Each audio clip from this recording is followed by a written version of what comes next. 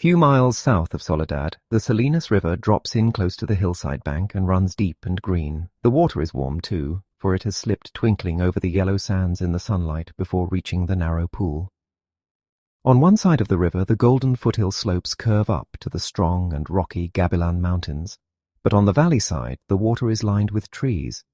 Willows fresh and green with every spring, carrying in their lower leaf junctures the debris of the winter's flooding, and sycamores with mottled, white, recumbent limbs and branches that arch over the pool. On the sandy bank under the trees, the leaves lie deep and so crisp that a lizard makes a great skittering if he runs among them. Rabbits come out of the brush to sit on the sand in the evening, and the damp flats are covered with the night tracks of coons, and with the spread pads of dogs from the ranches, and with the split wedge tracks of deer that come to drink in the dark. There is a path through the willows and among the sycamores, a path beaten hard by boys coming down from the ranches to swim in the deep pool, and beaten hard by tramps who come wearily down from the highway in the evening to jungle up near water. In front of the low horizontal limb of a giant sycamore, there is an ash pile made by many fires. The limb is worn smooth by men who have sat on it. Evening of a hot day started the little wind to moving among the leaves. The shade climbed up the hills toward the top. On the sandbanks the rabbits sat as quietly as little grey sculptured stones, and then from the direction of the state highway came the sound of footsteps on crisp sycamore leaves. The rabbits hurried noiselessly for cover. A stilted heron laboured up into the air and pounded down river. For a moment the place was lifeless, and then two men emerged from the path and came into the opening by the green pool. They had walked in single file down the path, and even in the open one stayed behind the other. Both were dressed in denim trousers and in denim coats with brass buttons. Both wore black, shapeless hats, and both carried tight blanket rolls slung over their shoulders. The first man was small and quick, dark of face with restless eyes and sharp, strong features. Every part of him was defined. Small, strong hands, slender arms, a thin and bony nose. Behind him walked his opposite, a huge man, shapeless of face, with large pale eyes and wide sloping shoulders. And he walked heavily, dragging his feet a little, the way a bear drags his paws. His arms did not swing at his sides, but hung loosely. The first man stopped short in the clearing, and the follower nearly ran over him. He took off his hat and wiped the sweatband with his forefinger and snapped the moisture off. His huge companion dropped his blankets and flung himself down and drank from the surface of the green pool, drank with long gulps, snorting into the water like a horse. The small man stepped nervously beside him. "Lennie," he said sharply. "Lennie, for God's sakes, don't drink so much!" Lennie continued to snort into the pool. The small man leaned over and shook him by the shoulder. "Lennie, you gonna be sick like you was last night?" Lennie dipped his whole head under, hat and all, and then he sat up on the bank and his hat dripped down on his blue coat and ran down his back. "That's good," he said. "You drink some, George. You take a good big drink." He smiled happily. George unslung his bindle and dropped it gently on the bank. "I ain't sure it's good water," he said. "Looks kinda scummy." Lennie dabbled his big paw in the water and wiggled his fingers so the water arose in little splashes. Rings widened across the pool to the other side and came back again. Lennie watched them go. "Look, George, look what I done." George knelt beside the pool and drank from his hand with quick scoops. "Tastes all right," he admitted. "Don't really seem to be running, though. You never ought to drink water when it ain't running, Lennie," he said hopelessly. "You'd drink out of a gutter if you was thirsty." He threw a scoop of water into his face and rubbed it about with his hand, under his chin and around the back of his neck. Then he replaced his hat, pushed himself back from the river, drew up his knees, and embraced them. Lennie, who had been watching, imitated George exactly. He pushed himself back, drew up his knees, embraced them, looked over to George to see whether he had it just right. He pulled his hat down a little more over his eyes the way George's hat was. George stared morosely at the water.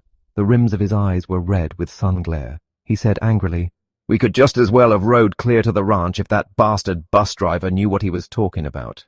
Just a little stretch down the highway," he says. "Just a little stretch. God damn near 4 miles, that's what it was. Didn't want to stop at the ranch gate, that's what. Too goddamn lazy to pull up. Wonder he isn't too damn good to stop in Soledad at all. Kicks us out and says, 'Jess, a little stretch down the road.' I bet it was more than 4 miles. Damn hot day." Lennie looked timidly over to him. "George?" "Yeah, what you want?" "Where we going, George?" The little man jerked down the brim of his hat and scowled over at Lennie. "So you forgot that already, did you? I gotta tell you again, do I? Jesus Christ, you're a crazy bastard." "I forgot," Lennie said softly. "I tried not to forget.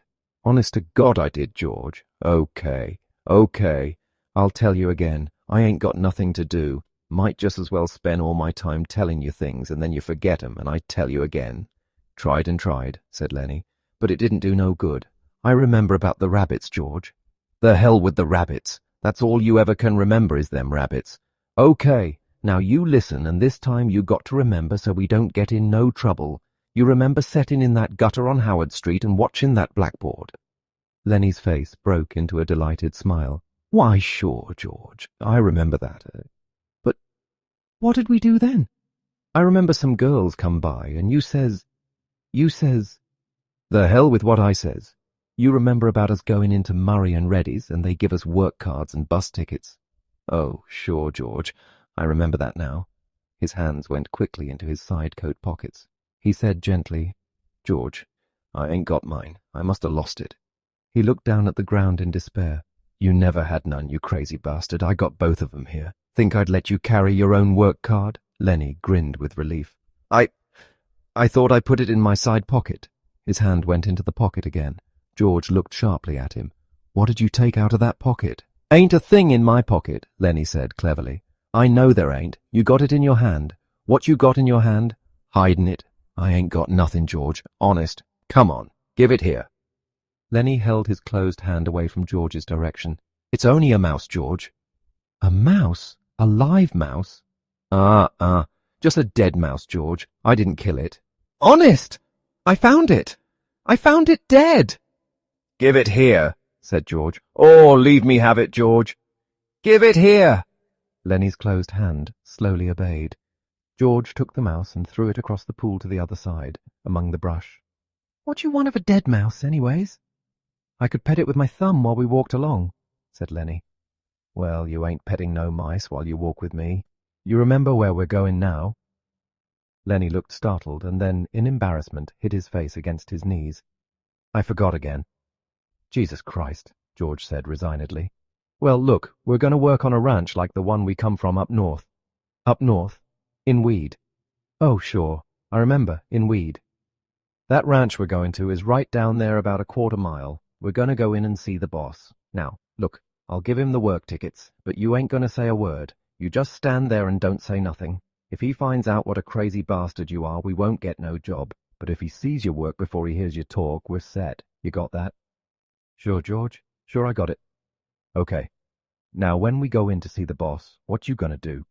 I... Lennie thought. His face grew tight with thought. "I ain't gonna say nothing. Just gonna stand there." "Good boy. That's swell. You say that over 2-3 times so you sure won't forget it." Lennie droned to himself softly. "I ain't gonna say nothing. I ain't gonna say nothing. I ain't gonna say nothing." "Okay," said George, "and you ain't gonna do no bad things like you done in Weed, neither." Lennie looked puzzled. "Like I done in Weed? Oh, so you forgot that too, did you?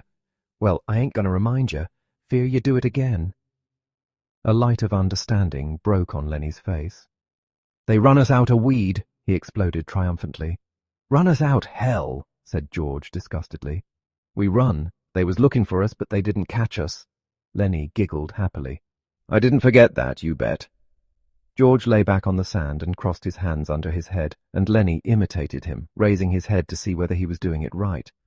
"God, you're a lot of trouble," said George. "I could get along so easy and so nice if I didn't have you on my tail. I could live so easy and maybe have a girl." For a moment Lennie lay quiet, and then he said hopefully, "We're going to work on a ranch, George." "All right, you got that. But we're going to sleep here because I got a reason." The day was going fast now. Only the tops of the Gabilan Mountains flamed with the light of the sun that had gone from the valley. A water snake slipped along on the pool, its head held up like a little periscope. The reeds jerked slightly in the current, Far off toward the highway, a man shouted something, and another man shouted back. The sycamore limbs rustled under a little wind that died immediately. "George, why ain't we going on to the ranch and get some supper? They got supper at the ranch." George rolled on his side. "No reason at all for you. I like it here. Tomorrow we're going to go to work. I seen thrashing machines on the way down. That means we'll be bucking grain bags, busting a gut. Tonight I'm going to lay right here and look up. I like it." Lennie got up on his knees and looked down at George. "Ain't we going to have no supper?" "Sure we are. If you gather up some dead willow sticks. I got 3 cans of beans in my bindle. You get a fire ready. I'll give you a match when you get the sticks together. Then we'll heat the beans and have supper." Lennie said, "I like beans with ketchup." "Well, we ain't got no ketchup. You go get wood, and don't you fool around. It'll be dark before long." Lennie lumbered to his feet and disappeared in the brush. George lay where he was and whistled softly to himself. There were sounds of splashings down the river in the direction Lennie had taken. George stopped whistling and listened. "Poor bastard," he said softly, and then went on whistling again. In a moment Lennie came crashing back through the brush. He carried one small willow stick in his hand. George sat up. "All right," he said brusquely. "Give me that mouse." But Lennie made an elaborate pantomime of innocence. "What mouse, George? I ain't got no mouse." George held out his hand. "Come on, give it to me. You ain't putting nothing over."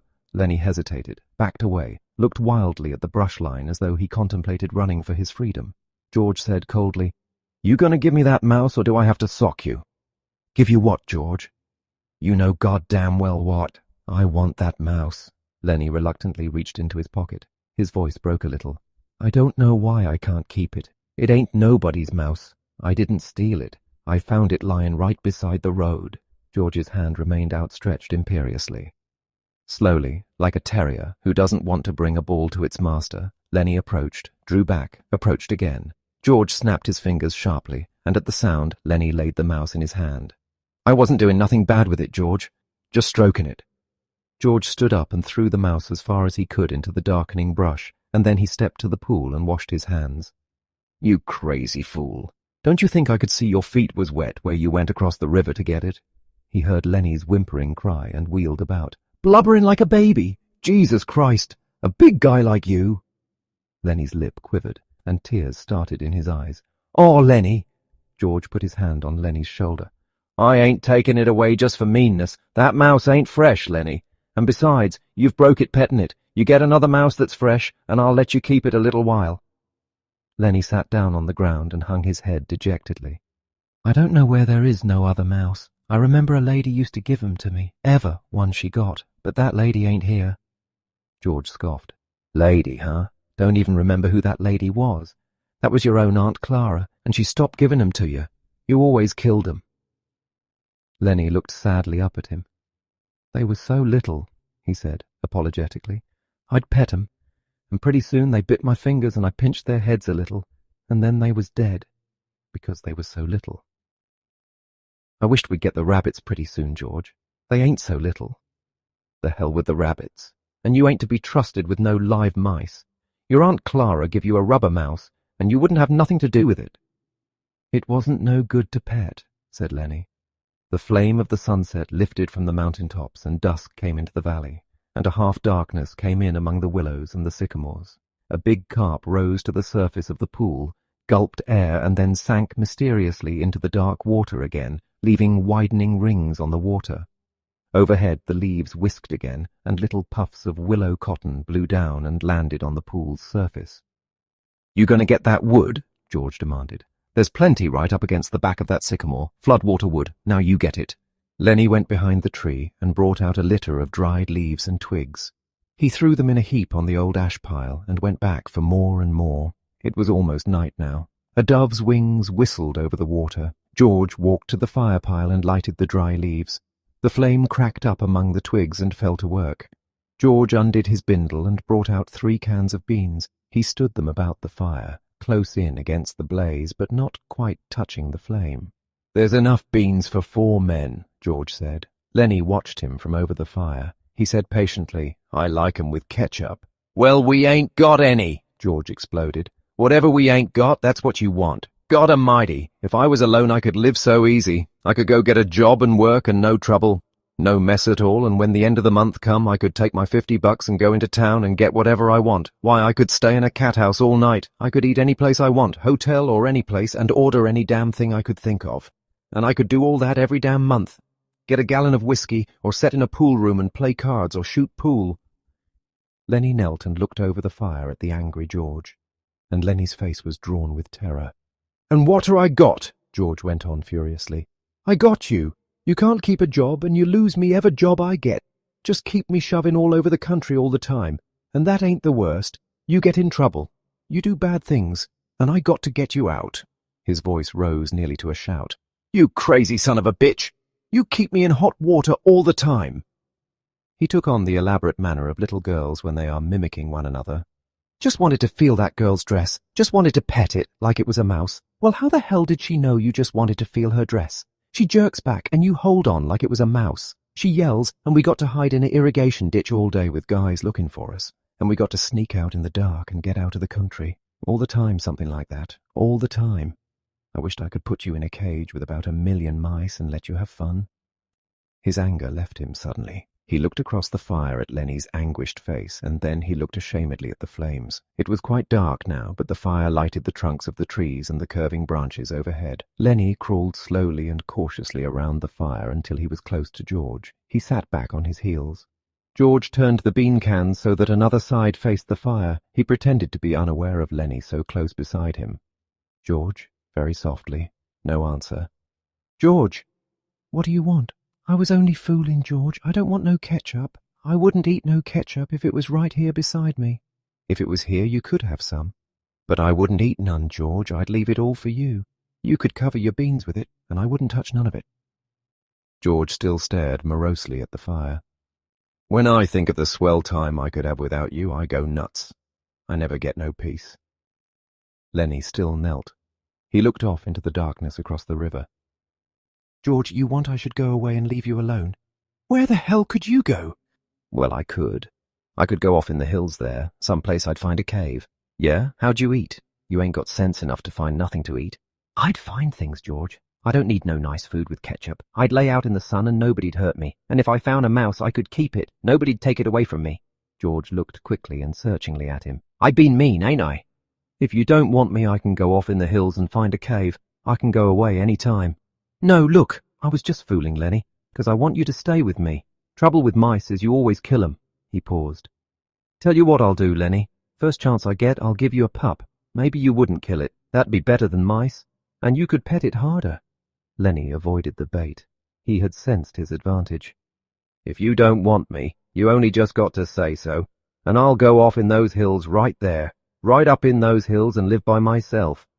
And I won't get no mice stole from me." George said, "I want you to stay with me, Lennie. Jesus Christ, somebody'd shoot you for a coyote if you was by yourself. No, you stay with me. Your Aunt Clara wouldn't like you running off by yourself, even if she is dead." Lennie spoke craftily. "Tell me, like you done before." "Tell you what?" "About the rabbits," George snapped. "You ain't going to put nothing over on me." Lennie pleaded. "Come on, George. Tell me. Please, George, like you done before. You get a kick out of that, don't you? All right, I'll tell you, and then we'll eat our supper." George's voice became deeper. He repeated his words rhythmically as though he had said them many times before.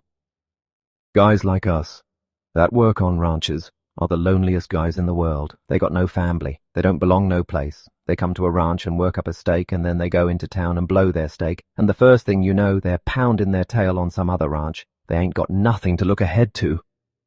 Lennie was delighted. That's it. Now tell how it is with us." George went on. "With us it ain't like that. We got a future. We got somebody to talk to that gives a damn about us. We don't have to sit in no bar room blowing in our jack just because we got no place else to go. If them other guys gets in jail, they can rot for all anybody gives a damn. But not us," Lennie broke in. "But not us. And why? Because I got you to look after me, and you got me to look after you, and that's why."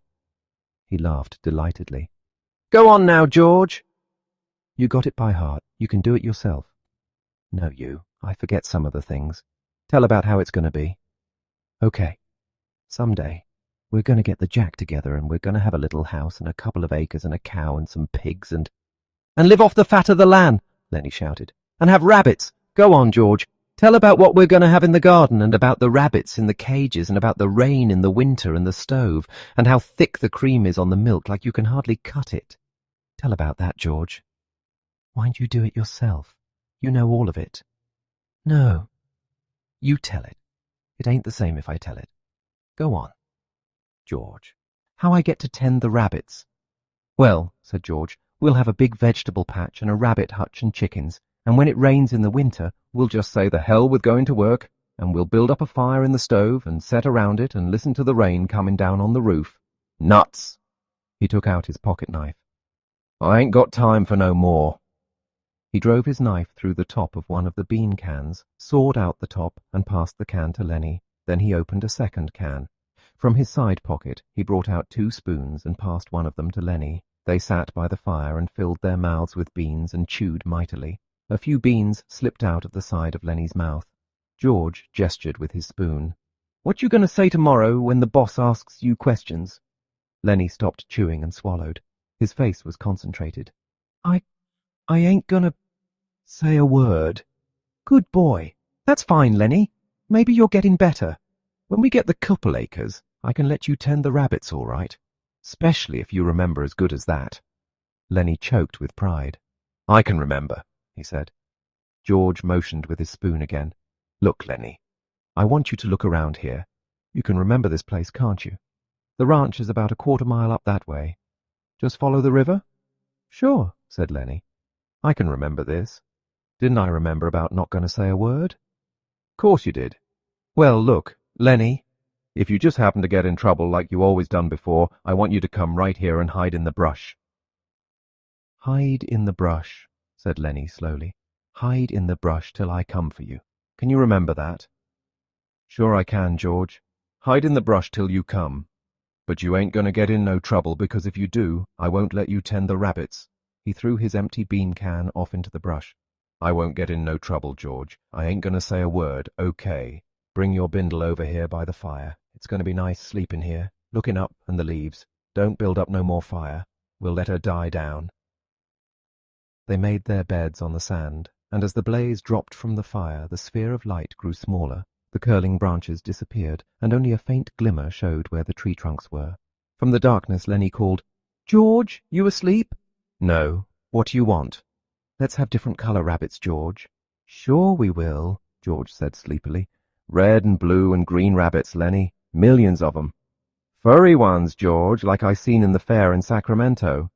Sure, furry ones. 'Cause I can just as well go away, George, and live in a cave. You can just as well go to hell, said George. Shut up now. The red light dimmed on the coals. Up the hill from the river, a coyote yammered, and a dog answered from the other side of the stream. The sycamore leaves whispered in a little night breeze. The bunkhouse was a long, rectangular building. Inside, the walls were whitewashed and the floor unpainted. In 3 walls there were small, square windows, and in the 4th a solid door with a wooden latch. Against the walls were 8 bunks, 5 of them made up with blankets, and the other 3 showing their burlap ticking.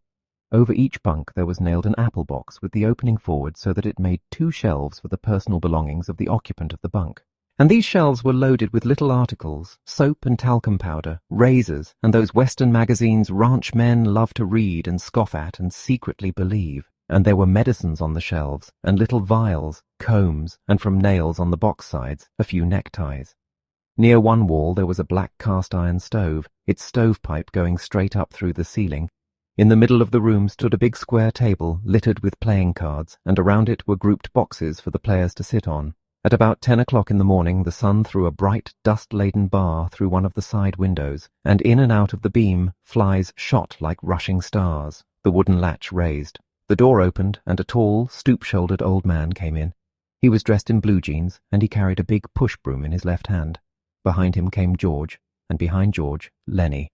"The boss was expecting you last night," the old man said. "He was sore as hell when you wasn't here to go out this morning." He pointed with his right arm, and out of the sleeve came a round stick-like wrist, but no hand. "You can have them 2 beds there," he said, indicating 2 bunks near the stove. George stepped over and threw his blankets down on the burlap sack of straw that was a mattress. He looked into his box shelf and then picked a small yellow can from it. "Say, what the hell's this?" "I don't know," said the old man. Says, positively kills lice, roaches and other scourges. What the hell kind of bed you giving us anyways? We don't want no pants rabbits. The old swamper shifted his broom and held it between his elbow and his side while he held out his hand for the can. He studied the label carefully. Tell you what, he said finally. Last guy that had this bed was a blacksmith. Hell of a nice fella, and as clean a guy as you want to meet. Used to wash his hands even after he ate. Then how come he got greybacks? George was working up a slow anger. Lennie put his bindle on the neighbouring bunk and sat down. He watched George with open mouth. Tell you what, said the old swamper, this here blacksmith, name of Whitey, was the kind of guy that would put that stuff around even if there wasn't no bugs. Just to make sure, see? Tell you what he used to do. At meals he'd peel his boiled potatoes and he'd take out every little spot no matter what kind before he'd eat it. And if there was a red splotch on an egg, he'd scrape it off. Finally quit about the food. That's the kind of guy he was. Clean. Used to dress up Sundays even when he wasn't going no place. Put on a necktie even, and then set in the bunkhouse. I ain't so sure, said George skeptically. What did you say he quit for? The old man put the yellow can in his pocket, and he rubbed his bristly white whiskers with his knuckles. Why, he just quit the way a guy will. Says it was the food. Just wanted to move. Didn't give no other reason but the food. Just says gimme my time one night the way any guy would. George lifted his tick and looked underneath it. He leaned over and inspected the sacking closely. Immediately Lennie got up and did the same with his bed. Finally, George seemed satisfied. He unrolled his bindle and put things on the shelf, his razor and bar of soap, his comb and bottle of pills, his liniment and leather wristband. Then he made his bed up neatly with blankets. The old man said, I guess the boss'll be out here in a minute. He was sure burned when you wasn't here this morning. Come right in when we was eating breakfast and says, where the hell's them new men? And he give the stable buck hell, too. George patted a wrinkle out of his bed and sat down. Give the stable buck hell? He asked. Sure. You see, the stable buck's a nigger. Nigger, huh? Yeah, nice fella, too. Got a crooked back where a horse kicked him. The boss gives him hell when he's mad, but the stable buck don't give a damn about that. He reads a lot, got books in his room. What kind of a guy is the boss? George asked. Well, he's a pretty nice fella. Gets pretty mad sometimes, but he's pretty nice. Tell you what he done Christmas? Brang a gallon of whiskey right in here and says, drink hearty, boys. Christmas comes but once a year. The hell he did. Whole gallon. Yes, sir. Jesus, we had fun. They let the nigger come in that night. Little Skinner name of Smitty took after the nigger. Done pretty good, too. The guys wouldn't let him use his feet, so the nigger got him. If he could have used his feet, Smitty says he would have killed the nigger. The guy said on account of the nigger's got a crooked back. Smitty can't use his feet. He paused in relish of the memory. After that, the guys went into Soledad and raised hell. I didn't go in there. I ain't got the poop no more. Lennie was just finishing making his bed. The wooden latch raised again, and the door opened. A little stocky man stood in the open doorway. He wore blue jean trousers, a flannel shirt, a black unbuttoned vest, and a black coat. His thumbs were stuck in his belt on each side of a square steel buckle. On his head was a soiled brown Stetson hat, and he wore high-heeled boots and spurs to prove he was not a labouring man. The old swamper looked quickly at him, and then shuffled to the door, rubbing his whiskers with his knuckles as he went. "Them guys just come," he said, and shuffled past the boss and out the door. The boss stepped into the room with the short, quick steps of a fat-legged man. "I wrote Murray and Reddy I wanted 2 men this morning. You got your work slips?" George reached into his pocket and produced the slips and handed them to the boss. "It wasn't Murray and Reddy's fault. Says right here on the slip that you was to be here for work this morning." George looked down at his feet. "Bus driver give us a bum steer," he said. "We had to walk 10 miles. Says we was here when we wasn't. We couldn't get no rides in the morning." The boss squinted his eyes. "Well, I had to send out the grain teams short 2 buckers. Won't do any good to go out now till after dinner." He pulled his time book out of his pocket and opened it where a pencil was stuck between the leaves. George scowled meaningfully at Lennie, and Lennie nodded to show that he understood. The boss licked his pencil. "What's your name?" "George Milton." "And what's yours?" George said. "His name's Lennie Small." The names were entered in the book. "Let's see. This is the 20th. Noon the 20th. He closed the book. "Where you boys been working?" "Up around Weed," said George. "You too?" to Lennie. "Yeah, him too," said George. The boss pointed a playful finger at Lennie. "He ain't much of a talker, is he?" No, he ain't, but he's sure a hell of a good worker. Strong as a bull. Lennie smiled to himself. Strong as a bull, he repeated. George scowled at him, and Lennie dropped his head in shame at having forgotten. The boss said suddenly, "Listen, Small." Lennie raised his head. "What can you do?" In a panic, Lennie looked at George for help. "He can do anything you tell him," said George. "He's a good skinner. He can wrestle grain bags, drive a cultivator. He can do anything. Just give him a try." The boss turned on George. "Then why don't you let him answer? What are you trying to put over?" George broke in loudly. "Oh, I ain't saying he's bright. He ain't. But I say he's a goddamn good worker. He can put up a 400-pound bale." The boss deliberately put the little book in his pocket. He hooked his thumbs in his belt and squinted, one eye nearly closed. "Say, what you sellin'?" "Huh?" "I said, what stake you got in this guy? You taking his pay away from him?" "No, course I ain't. Why you think I'm selling him out?" "Well, I never seen one guy take so much trouble for another guy. I'd just like to know what your interest is."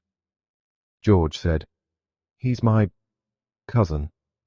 I told his old lady I'd take care of him. He got kicked in the head by a horse when he was a kid. He's all right, just ain't bright. But he can do anything you tell him." The boss turned half away. "Well, God knows he don't need any brains to buck barley bags.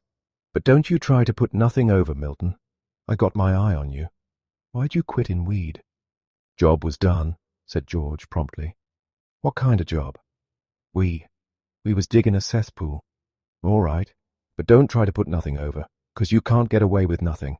I seen wise guys before go on out with the grain teams after dinner. They're picking up barley at the threshing machine. Go out with Slim's team." "Slim?" "Yeah, big tall skinner. You'll see him at dinner." He turned abruptly and went to the door, but before he went out he turned and looked for a long moment at the two men. When the sound of his footsteps had died away, George turned on Lennie. "So you wasn't going to say a word. You was going to leave your big flapper shut and leave me do the talking. Damn near lost us the job." Lennie stared hopelessly at his hands. "I forgot, George." "Yeah, you forgot. You always forget, and I got to talk you out of it." He sat down heavily on the bunk. "Now he's got his eye on us. Now we got to be careful and not make no slips. You keep your big flapper shut after this." He fell morosely silent. "George, what you want now? I wasn't kicked in the head with no horse, was I, George?" "Be a damn good thing if you was," George said viciously. "Save everybody a hell of a lot of trouble." "You said I was your cousin, George." "Well, that was a lie, and I'm damn glad it was. If I was a relative of yours, I'd shoot myself." He stopped suddenly, stepped to the open front door and peered out. "Say, what the hell you doing listening?"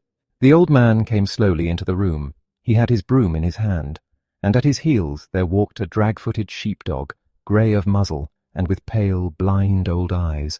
The dog struggled lamely to the side of the room and lay down, grunting softly to himself and licking his grizzled, moth-eaten coat. The swamper watched him until he was settled. "I wasn't listening. I was just standing in the shade a minute scratching my dog. I just now finished swamping out the wash-house." "You was poking your big ears into our business," George said. "I don't like nobody to get nosy." The old man looked uneasily from George to Lennie, and then back. "I just come there," he said. "I didn't hear nothing you guys was saying.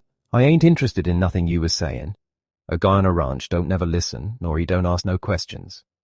"Damn right he don't," said George, slightly mollified. "Not if he wants to stay working long." But he was reassured by the swamper's defense. "Come on in and set down a minute," he said. "That's a hell of an old dog." "Yeah, I had him ever since he was a pup. God, he was a good sheepdog when he was younger." He stood his broom against the wall, and he rubbed his white bristled cheek with his knuckles. "How'd you like the boss?" he asked. "Pretty good. Seemed all right." "He's a nice fella," the swamper agreed. "You got to take him right." At that moment a young man came into the bunkhouse. A thin young man with a brown face, with brown eyes and a head of tightly curled hair. He wore a work glove on his left hand, and like the boss, he wore high-heeled boots. "Seen my old man?" he asked. The swamper said, "He was here just a minute ago, Curly. Went over to the cookhouse, I think." "I'll try to catch him," said Curly. His eyes passed over the new men, and he stopped. He glanced coldly at George and then at Lennie. His arms gradually bent at the elbows and his hands closed into fists. He stiffened and went into a slight crouch. His glance was at once calculating and pugnacious. Lennie squirmed under the look and shifted his feet nervously. Curly stepped gingerly close to him. "You the new guys the old man was waiting for?" "We just come in," said George. "Let the big guy talk." Lennie twisted with embarrassment. George said, "Suppose he don't want to talk." Curly lashed his body around. "By Christ, he's got to talk when he's spoke to. What the hell are you getting into it for?" "We travel together," said George coldly. "Oh, so it's that way." George was tense and motionless. "Yeah, it's that way." Lennie was looking helplessly to George for instruction. "And you won't let the big guy talk, is that it?" "He can talk if he wants to tell you anything." He nodded slightly to Lennie. "We just come in," said Lennie softly. Curly stared levelly at him. "Well, next time you answer when you're spoke to." He turned toward the door and walked out, and his elbows were still bent out a little. George watched him go, and then he turned back to the swamper. "Say, what the hell's he got on his shoulder? Lennie didn't do nothing to him." The old man looked cautiously at the door to make sure no one was listening. "That's the boss's son," he said quietly. "Curly's pretty handy. He done quite a bit in the ring. He's a lightweight and he's handy." "Well, let him be handy," said George. "He don't have to take after Lennie. Lennie didn't do nothing to him. What's he got against Lennie?" The swamper considered. "Well, tell you what, Curly's like a lot of little guys. He hates big guys. He's all the time picking scraps with big guys. Kind of like he's mad at 'em because he ain't a big guy. You seen little guys like that, ain't you? Always scrappy?" "Sure," said George. "I seen plenty tough little guys. But this Curly better not make no mistakes about Lennie. Lennie ain't handy. But this Curly punk is going to get hurt if he messes around with Lennie." "Well, Curly's pretty handy," the swamper said skeptically. "Never did seem right to me. Suppose Curly jumps a big guy and licks him. Everybody says what a game guy Curly is. And suppose he does the same thing and gets licked. Then everybody says the big guy ought to pick somebody his own size, and maybe they gang up on the big guy. Never did seem right to me. Seems like Curly ain't giving nobody a chance." George was watching the door. He said ominously, "Well, he better watch out for Lennie. Lennie ain't no fighter, but Lennie's strong and quick, and Lennie don't know no rules." He walked to the square table and sat down on one of the boxes. He gathered some of the cards together and shuffled them. The old man sat down on another box. "Don't tell Curly I said none of this. He'd slough me. He just don't give a damn. Won't ever get canned, 'cause his old man's the boss." George cut the cards and began turning them over, looking at each one and throwing it down on a pile. He said, "This guy Curly sounds like a son of a bitch to me. I don't like mean little guys."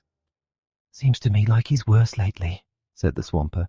"He got married a couple of weeks ago. Wife lives over in the boss's house. Seems like Curly is cockier ever since he got married." George grunted. Maybe he's showing off for his wife. The swamper warmed to his gossip. "You seen that glove on his left hand?" "Yeah, I've seen it." "Well, that glove's full of Vaseline." "Vaseline? What the hell for?"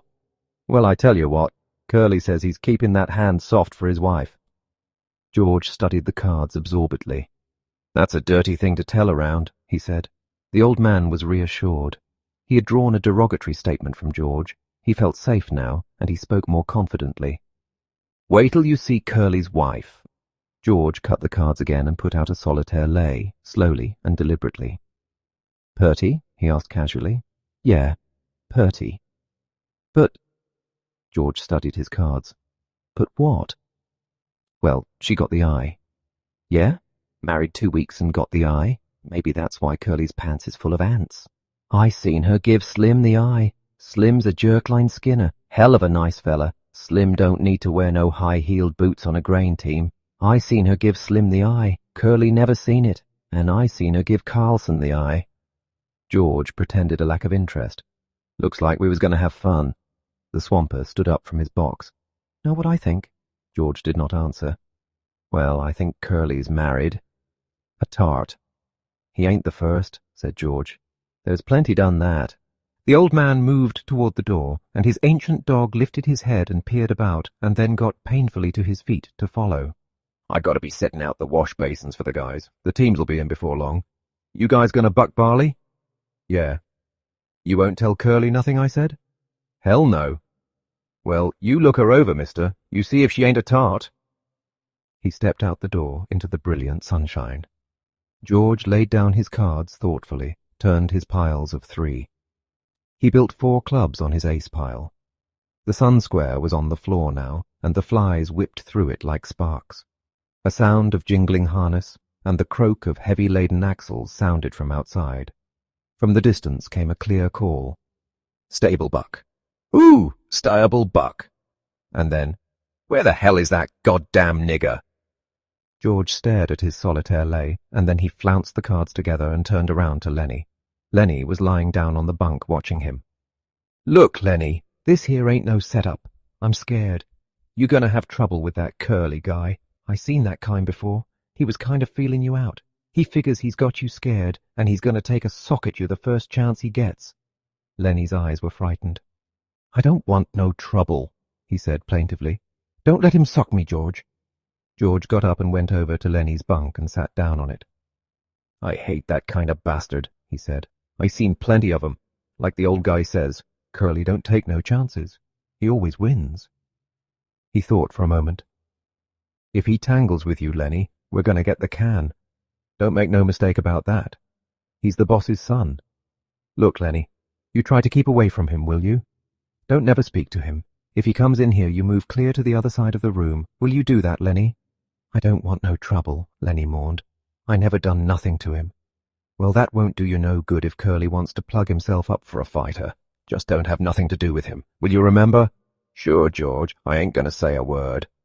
The sound of the approaching grain teams was louder, thud of big hooves on hard ground, drag of brakes, and the jingle of trace chains. Men were calling back and forth from the teams. George, sitting on the bunk beside Lennie, frowned as he thought.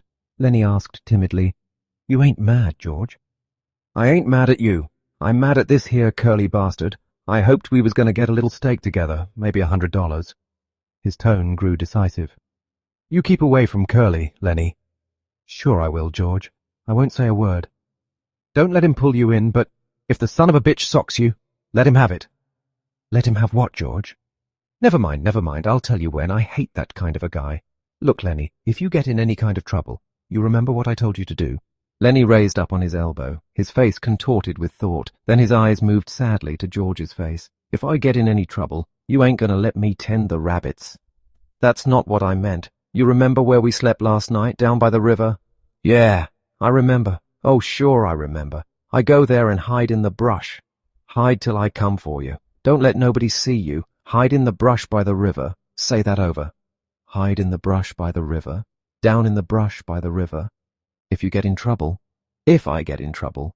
A brake screeched outside. A call came. "Stable, buck. Oh, stable buck," George said. "Say it over to yourself, Lennie, so you won't forget it."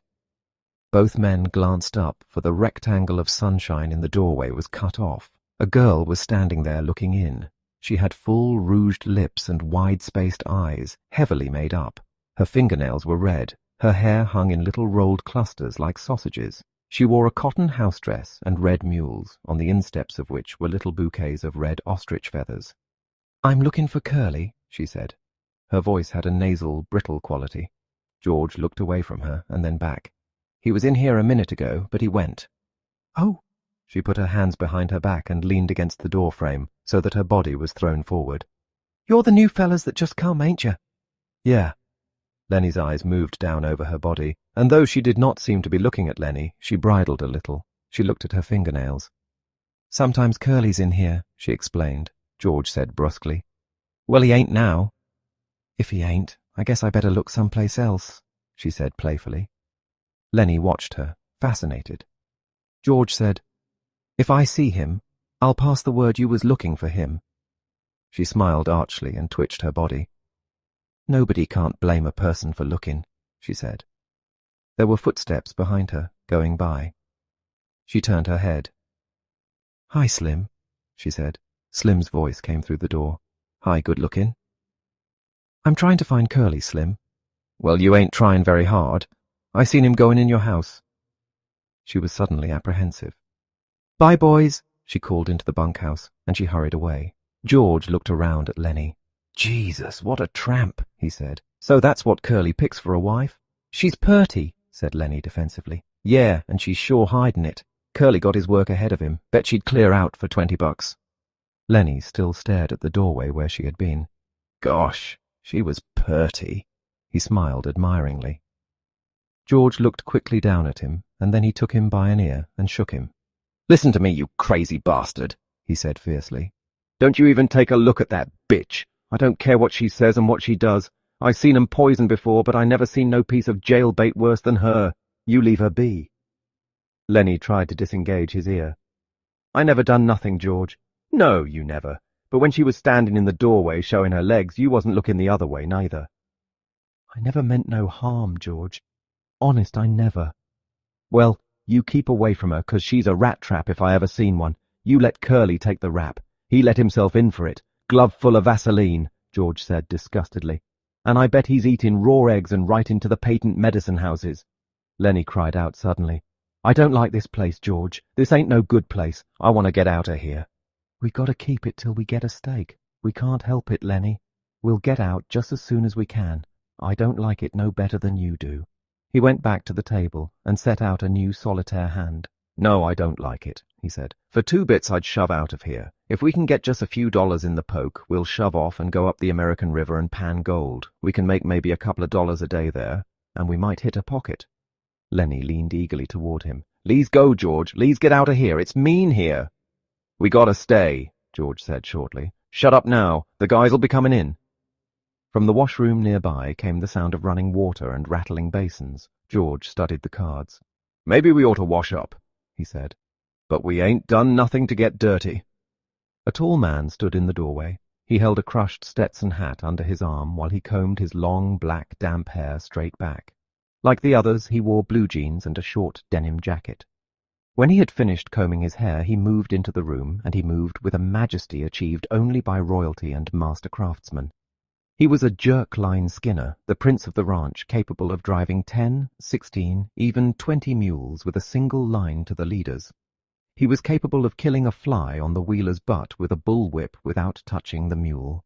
There was a gravity in his manner, and a quiet so profound that all talk stopped when he spoke. His authority was so great that his word was taken on any subject, be it politics or love. This was Slim, the jerk-line skinner. His hatchet face was ageless. He might have been 35 or 50. His ear heard more than was said to him, and his slow speech had overtones not of thought, but of understanding beyond thought. His hands, large and lean, were as delicate in their action as those of a temple dancer. He smoothed out his crushed hat, creased it in the middle, and put it on. He looked kindly at the two in the bunkhouse. "It's brighter in a bitch outside," he said gently. "Can't hardly see nothing in here. You the new guys." "Just come," said George. "Gonna buck barley." "That's what the boss says." Slim sat down on a box across the table from George. He studied the solitaire hand that was upside down to him. "Hope you get on my team," he said. His voice was very gentle. "I got a pair of punks on my team that don't know a barley bag from a blue ball. You guys ever bucked any barley?"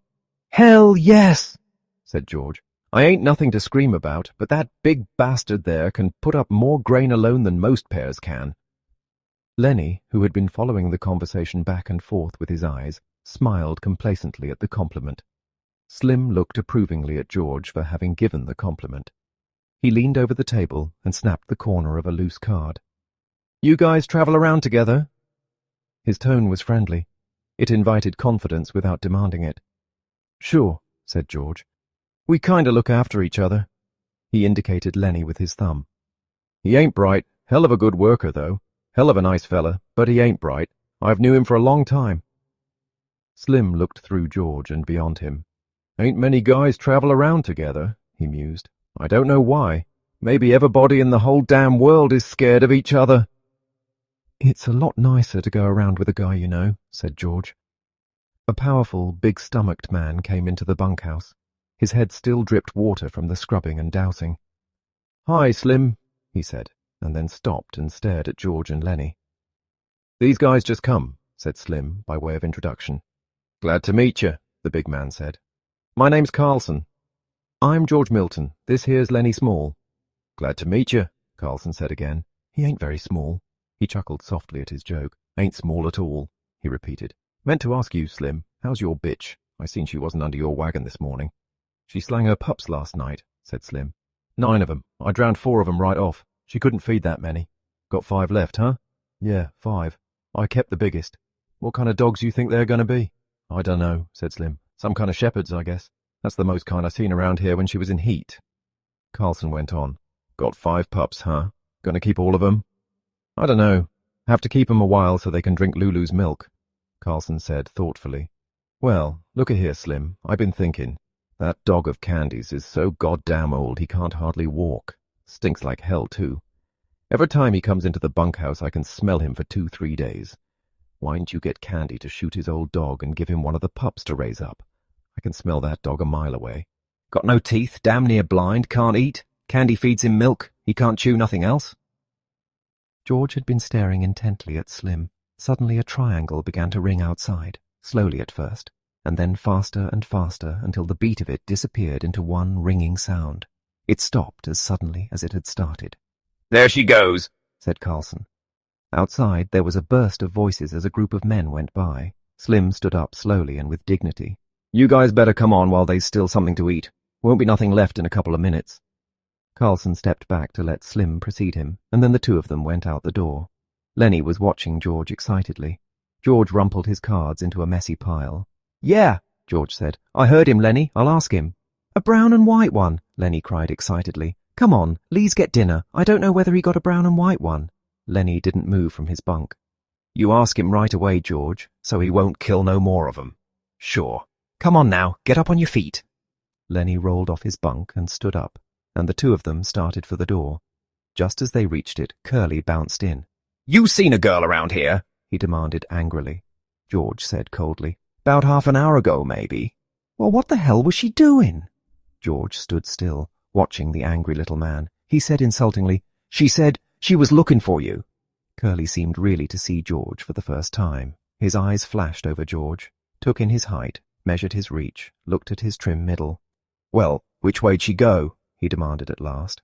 I don't know, said George. I didn't watch her go. Curly scowled at him, and turning, hurried out the door. George said, You know, Lennie, I'm scared I'm going to tangle with that bastard myself. I hate his guts. Jesus Christ. Come on, there won't be a damn thing left to eat. They went out the door. The sunshine lay in a thin line under the window. From a distance, there could be heard a rattle of dishes. After a moment, the ancient dog walked lamely in through the open door. He gazed about with mild, half-blind eyes. He sniffed, and then lay down and put his head between his paws. Curly popped into the doorway again and stood looking into the room. The dog raised his head, but when Curly jerked out, the grizzled head sank to the floor again. Although there was evening brightness showing through the windows of the bunkhouse, inside it was dusk. Through the open door came the thuds and occasional clangs of a horseshoe game, and now and then the sound of voices raised in approval or derision. Slim and George came into the darkening bunkhouse together. Slim reached up over the card table and turned on the tin-shaded electric light. Instantly the table was brilliant with light, and the cone of the shade threw its brightness straight downward, leaving the corners of the bunkhouse still in dusk. Slim sat down on a box and George took his place opposite. It wasn't nothing, said Slim. I would have had to drown most of 'em anyways. No need to thank me about that. George said, It wasn't much to you, maybe, but it was a hell of a lot to him. Jesus Christ, I don't know how we're going to get him to sleep in here. He'll want to sleep right out in the barn with 'em. We'll have trouble keeping him from getting right in the box with them pups. It wasn't nothing, Slim repeated. Say, you sure was right about him. Maybe he ain't bright, but I never seen such a worker. He damn near killed his partner, bucking barley. There ain't nobody can keep up with him. God almighty, I never seen such a strong guy. George spoke proudly. Just tell Lennie what to do and he'll do it if it don't take no figuring. He can't think of nothing to do himself, but he sure can take orders. There was a clang of horseshoe on iron stake outside, and a little cheer of voices. Slim moved back slightly so the light was not on his face. Funny how you and him string along together. It was Slim's calm invitation to confidence. What's funny about it? George demanded defensively. Oh, I dunno. Hardly none of the guys ever travel together. I hardly never seen two guys travel together. You know how the hands are. They just come in and get their bunk and work a month, and then they quit and go out alone. Never seem to give a damn about nobody. It just seems kind of funny a cuckoo like him and a smart little guy like you traveling together. He ain't no cuckoo, said George. He's dumb as hell, but he ain't crazy. And I ain't so bright neither, or I wouldn't be bucking barley for my 50 and found. If I was bright, if I was even a little bit smart, I'd have my own little place, and I'd be bringing in my own crops, instead of doing all the work and not getting what comes up out of the ground. George fell silent. He wanted to talk. Slim neither encouraged nor discouraged him. He just sat back quiet and receptive. "It ain't so funny, him and me going around together," George said at last. "Him and me was both born in Auburn. I knowed his Aunt Clara. She took him when he was a baby and raised him up. When his Aunt Clara died, Lennie just come along with me out working. Got kinda used to each other after a little while."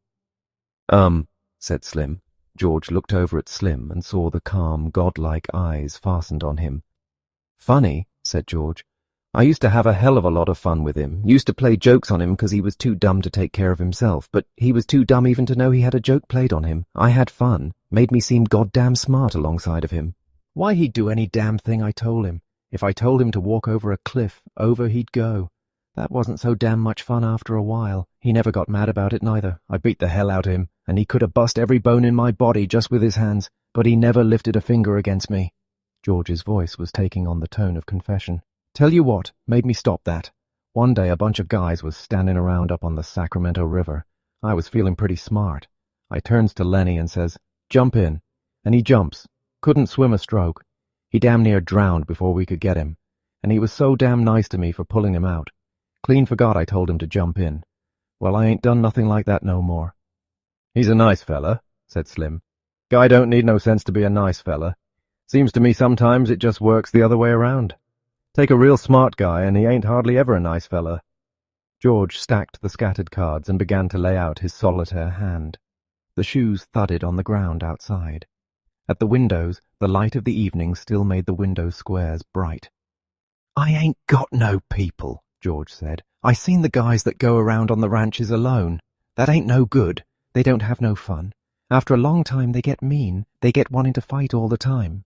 "Yeah, they get mean," Slim agreed. "They get so they don't want to talk to nobody." "Course Lennie's a goddamn nuisance most of the time," said George. "But you get used to going around with a guy, and you can't get rid of him." "He ain't mean," said Slim. "I can see Lennie ain't a bit mean. Course he ain't mean, but he gets in trouble all the time because he's so goddamn dumb, like what happened in Weed." He stopped in the middle of turning over a card. He looked alarmed and peered over at Slim. "You wouldn't tell nobody?" "What did he do in Weed?" Slim asked calmly. "You wouldn't tell?" "No, course you wouldn't." "What did he do in Weed?" Slim asked again. "Well, he seen this girl in a red dress. Dumb bastard like he is. He wants to touch everything he likes. Just wants to feel it. So he reaches out to feel this red dress, and the girl lets out a squawk, and that gets Lennie all mixed up, and he holds on 'cause that's the only thing he can think to do. Well, this girl squawks and squawks. I was just a little bit off, and I heard all the yelling, so I comes running, and by that time Lennie's so scared all he can think to do is just hold on. I socked him over the head with a fence picket to make him let go. He was so scared he couldn't let go of that dress, and he's so goddamn strong, you know." Slim's eyes were level and unwinking. He nodded very slowly. "So what happens?" George carefully built his line of solitaire cards. "Well, that girl rabbits in and tells the law she'd been raped. The guys in Weed start a party out to lynch Lennie, so we sit in an irrigation ditch under water all the rest of that day.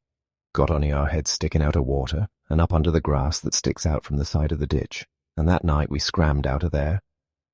Slim sat in silence for a moment. "Didn't hurt the girl none, huh?" he asked finally. "Hell no. He just scared her. I'd be scared too if he grabbed me, but he never hurt her. He just wanted to touch that red dress, like he wants to pet them pups all the time." "He ain't mean," said Slim. "I can tell a mean guy a mile off. Course he ain't, and he'll do any damn thing I—" Lennie came in through the door. He wore his blue denim coat over his shoulders like a cape, and he walked hunched way over. "Hi, Lennie," said George. "How you like the pup now?" Lennie said breathlessly. "He's brown and white, just like I wanted." He went directly to his bunk and lay down and turned his face to the wall and drew up his knees. George put down his cards very deliberately. "Lennie," he said sharply. Lennie twisted his neck and looked over his shoulder. "Huh? What you want, George? I told you you couldn't bring that pup in here." "What pup, George? I ain't got no pup." George went quickly to him, grabbed him by the shoulder and rolled him over. He reached down and picked the tiny puppy from where Lennie had been concealing it against his stomach. Lennie sat up quickly. "Give him to me, George," George said. "You get right up and take this pup back to the nest. He's got to sleep with his mother. You want to kill him? Just born last night and you take him out of the nest. You take him back or I'll tell Slim not to let you have him." Lennie held out his hands pleadingly. "Give 'em to me, George. I'll take 'em back. I didn't mean no harm, George. Honest, I didn't. I just wanted to pet 'em a little." George handed the pup to him. "All right. You get him back there quick, and don't you take him out no more. You'll kill him, the first thing you know." Lennie fairly scuttled out of the room. Slim had not moved. His calm eyes followed Lennie out the door. "Jesus," he said. "He's just like a kid, ain't he?" "Sure, he's just like a kid. There ain't no more harm in him than a kid neither, except he's so strong. I bet he won't come in here to sleep tonight. He'd sleep right alongside that box in the barn. Well, let him. He ain't doing no harm out there." It was almost dark outside now. Old Candy, the swamper, came in and went to his bunk, and behind him struggled his old dog. "Hello, Slim. Hello, George. Didn't neither of you play horseshoes?" "I don't like to play evernight," said Slim. Candy went on. "Either you guys got a slug of whiskey? I got a gut ache." "I ain't," said Slim. "I'd drink it myself if I had, and I ain't got a gut ache neither." "Got a bad gut ache," said Candy. "Them goddamn turnips give it to me. I knowed they was going to before I ever eat 'em." The thick-bodied Carlson came in out of the darkening yard. He walked to the other end of the bunkhouse and turned on the second shaded light. "Dark and hell in here," he said. "Jesus, how that nigger can pitch shoes." "He's plenty good," said Slim. "Damn right he is," said Carlson. "He don't give nobody else a chance to win." He stopped and sniffed the air, and still sniffing, looked down at the old dog. "God almighty, that dog stinks. Get him out of here, Candy. I don't know nothing that stinks as bad as an old dog. You got to get him out." Candy rolled to the edge of his bunk. He reached over and patted the ancient dog, and he apologized. "I been around him so much I never notice how he stinks." "Well, I can't stand him in here," said Carlson. "That stink hangs around even after he's gone." He walked over with his heavy-legged stride and looked down at the dog. "Got no teeth," he said. "He's all stiff with rheumatism. He ain't no good to you, Candy, and he ain't no good to himself. Why'n't you shoot him, Candy?" The old man squirmed uncomfortably. "Well, hell, I had him so long, had him since he was a pup. I herded sheep with him," he said proudly. "You wouldn't think it to look at him now, but he was the best damn sheepdog I ever seen." George said, "I seen a guy in Weed that had an Airedale could herd sheep, learned it from the other dogs." Carlson was not to be put off. "Look, Candy, this old dog just suffers hisself all the time. If you was to take him out and shoot him right in the back of the head," he leaned over and pointed, "right there, why, he'd never know what hit him." Candy looked about unhappily. "No," he said softly. "No, I couldn't do that. I had him too long." "He don't have no fun," Carlson insisted, "and he stinks to beat hell. Tell you what, I'll shoot him for you, then it won't be you that does it." Candy threw his legs off his bunk. He scratched the white stubble whiskers on his cheek nervously. "I'm so used to him," he said softly. "I had him from a pup." "Well, you ain't being kind to him, keeping him alive," said Carlson. "Look, Slim's bitch got a litter right now. I bet Slim would give you one of them pups to raise up, wouldn't you, Slim?" The Skinner had been studying the old dog with his calm eyes. "Yeah," he said. "You can have a pup if you want to." He seemed to shake himself free for speech. "Carl's right, Candy. That dog ain't no good to himself. I wish somebody'd shoot me if I get old and a cripple." Candy looked helplessly at him, for Slim's opinions were law. "Maybe it'd hurt him," he suggested. "I don't mind taking care of him." Carlson said, "The way I'd shoot him, he wouldn't feel nothing. I'd put the gun right there." He pointed with his toe. "Right back of the head. He wouldn't even quiver." Candy looked for help from face to face. It was quite dark outside by now. A young labouring man came in. His sloping shoulders were bent forward, and he walked heavily on his heels, as though he carried the invisible grain bag. He went to his bunk and put his hat on his shelf. Then he picked a pulp magazine from his shelf and brought it to the light over the table. "Did I show you this, Slim?" he asked. "Show me what?" The young man turned to the back of the magazine, put it down on the table, and pointed with his finger. "Right there, read that." Slim bent over it. "Go on," said the young man. "Read it out loud." "Dear Editor," Slim read slowly, "I read your mag for 6 years, and I think it is the best on the market. I like stories by Peter Rand. I think he is a wing-ding. Give us more like The Dark Rider. I don't write many letters. Just thought I would tell you I think your mag is the best dime's worth I ever spent." Slim looked up questioningly. "What do you want me to read that for?" Whit said, "Go on, read the name at the bottom." Slim read, "Yours for Success, William Tenner." He glanced up at Whit again. "What do you want me to read that for?" Whit closed the magazine impressively. "Don't you remember Bill Tenner? Worked here about 3 months ago." Slim thought. "Little guy?" he asked. "Drove a cultivator." "That's him," Whit cried. "That's the guy." "You think he's the guy wrote this letter?" "I know it. Bill and me was in here one day. Bill had one of them books that just come. He was looking in it and he says, 'I wrote a letter. Wonder if they put it in the book.' But it wasn't there. Bill says, 'Maybe they're saving it for later.' And that's just what they done. There it is." "Guess you're right," said Slim. "Got it right in the book." George held out his hand for the magazine. "Let's look at it." Whit found the place again, but he did not surrender his hold on it. He pointed out the letter with his forefinger, and then he went to his box shelf and laid the magazine carefully in. "I wonder if Bill's seen it," he said. "Bill and me worked in that patch of field peas. Run cultivators, both of us. Bill was a hell of a nice fella." During the conversation, Carlson had refused to be drawn in. He continued to look down at the old dog. Candy watched him uneasily. At last Carlson said, "If you want me to, I'll put the old devil out of his misery right now and get it over with. Ain't nothing left for him. Can't eat, can't see, can't even walk without hurtin'." Candy said hopefully, "You ain't got no gun." "The hell I ain't. Got a Luger. It won't hurt him none at all." Candy said, "Maybe tomorrow. Please wait till tomorrow." "I don't see no reason for it," said Carlson. He went to his bunk, pulled his bag from underneath it, and took out a Luger pistol. "Please get it over with," he said. "We can't sleep with him stinking around in here." He put the pistol in his hip pocket. Candy looked a long time at Slim to try to find some reversal, and Slim gave him none. At last Candy said softly and hopelessly, "All right, take him." He did not look down at the dog at all. He lay back on his bunk and crossed his arms behind his head and stared at the ceiling. From his pocket, Carlson took a little leather thong. He stooped over and tied it around the old dog's neck. All the men except Candy watched him. "Come, boy. Come on, boy," he said gently. And he said apologetically to Candy, "He won't even feel it." Candy did not move nor answer him. He twitched the thong. "Come on, boy." The old dog got slowly and stiffly to his feet and followed the gently pulling leash. Slim said, "Carlson." "Yeah?" "You know what to do." "What you mean, Slim?" "Take a shovel," said Slim shortly. "Oh, sure, I get you." He led the dog out into the darkness. George followed to the door and shut the door and set the latch gently in its place. Candy lay rigidly on his bed, staring at the ceiling. Slim said loudly, "One of my lead mules got a bad hoof. Got to get some tar on it." His voice trailed off. It was silent outside. Carlson's footsteps died away. The silence came into the room, and the silence lasted.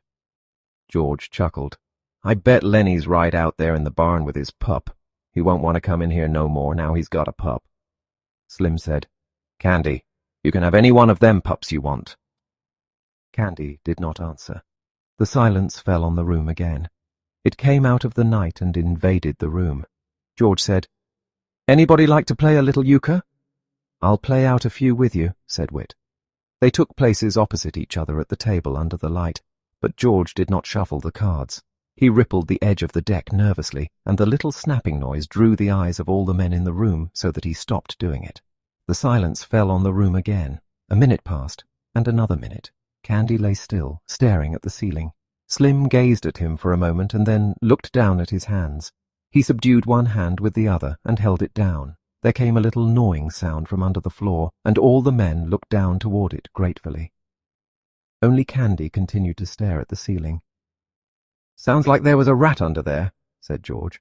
"We ought to get a trap down there." Whit broke out. "What the hell's taken him so long? Lay out some cards, why don't you? We ain't going to get no euchre played this way." George brought the cards together tightly and studied the backs of them. The silence was in the room again. A shot sounded in the distance. The men looked quickly at the old man. Every head turned toward him. For a moment he continued to stare at the ceiling. Then he rolled slowly over and faced the wall and lay silent. George shuffled the cards noisily and dealt them. Whit drew a scoring board to him and set the pegs to start. Whit said, "I guess you guys really come here to work." "How do you mean?"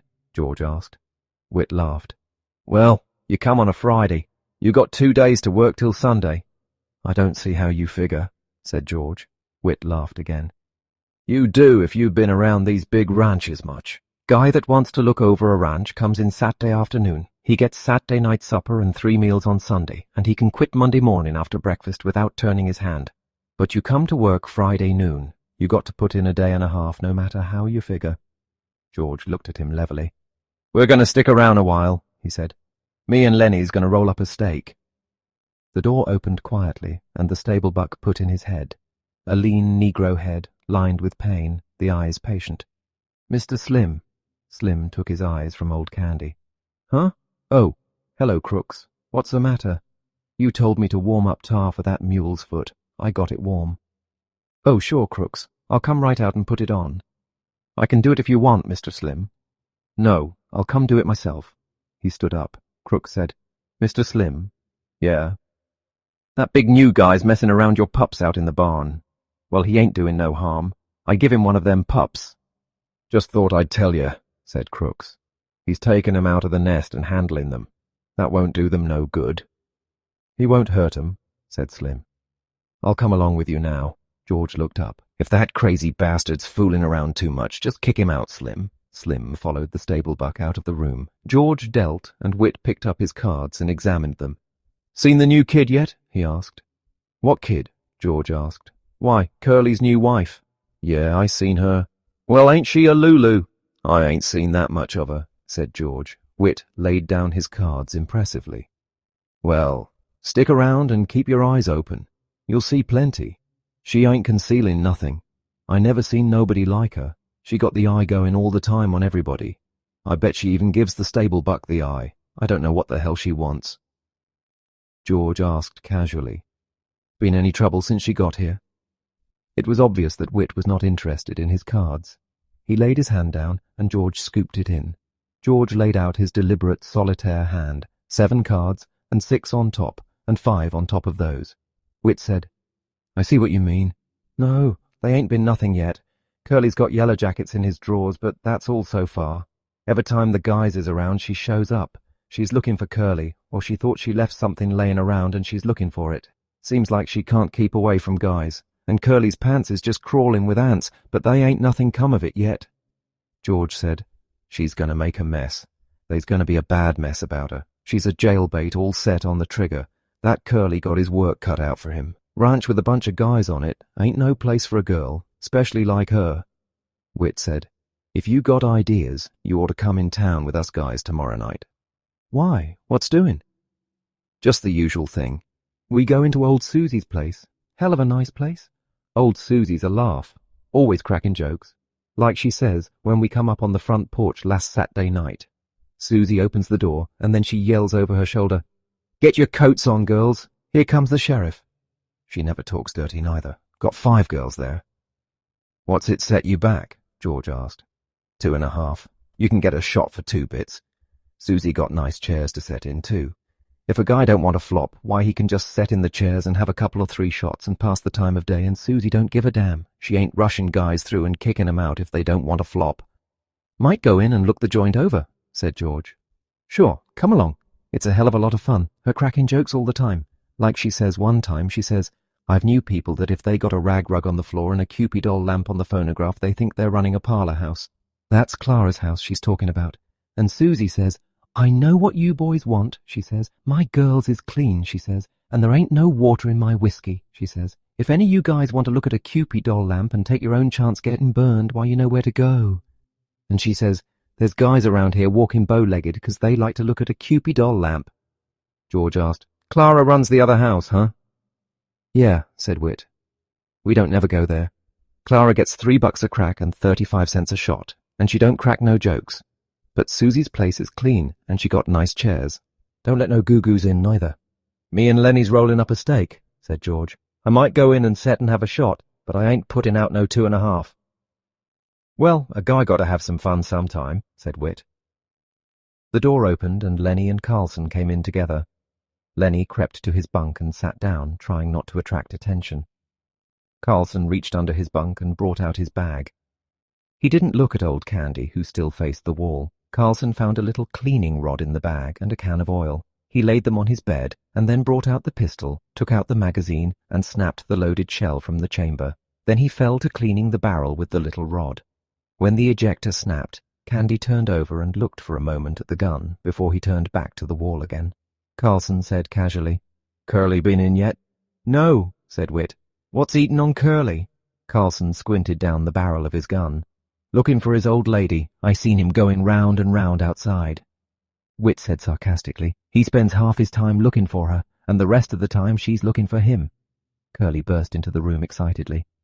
"Any you guys seen my wife?" he demanded. "She ain't been here," said Whit. Curly looked threateningly about the room. "Where the hell's Slim?" "Went out in the barn," said George. "He was going to put some tar on a split hoof." Curly's shoulders dropped and squared. "How long ago'd he go?" 5-10 minutes. Curly jumped out the door and banged it after him. Whit stood up. "I guess maybe I'd like to see this," he said. "Curly's just spoiling or he wouldn't start for Slim, and Curly's handy, goddamn handy. Got in the finals for the Golden Gloves. He got newspaper clippings about it," he considered. "But just the same, he better leave Slim alone. Nobody don't know what Slim can do." "Thinks Slim's with his wife, don't he?" said George. "Looks like it," Whit said. "Course Slim ain't. Least I don't think Slim is. But I like to see the fuss if it comes off. Come on, le's go." George said, "I'm staying right here. I don't want to get mixed up in nothing. Lennie and me got to make a stake." Carlson finished the cleaning of the gun and put it in the bag and pushed the bag under his bunk. "I guess I'll go out and look her over," he said. Old Candy lay still, and Lennie from his bunk watched George cautiously.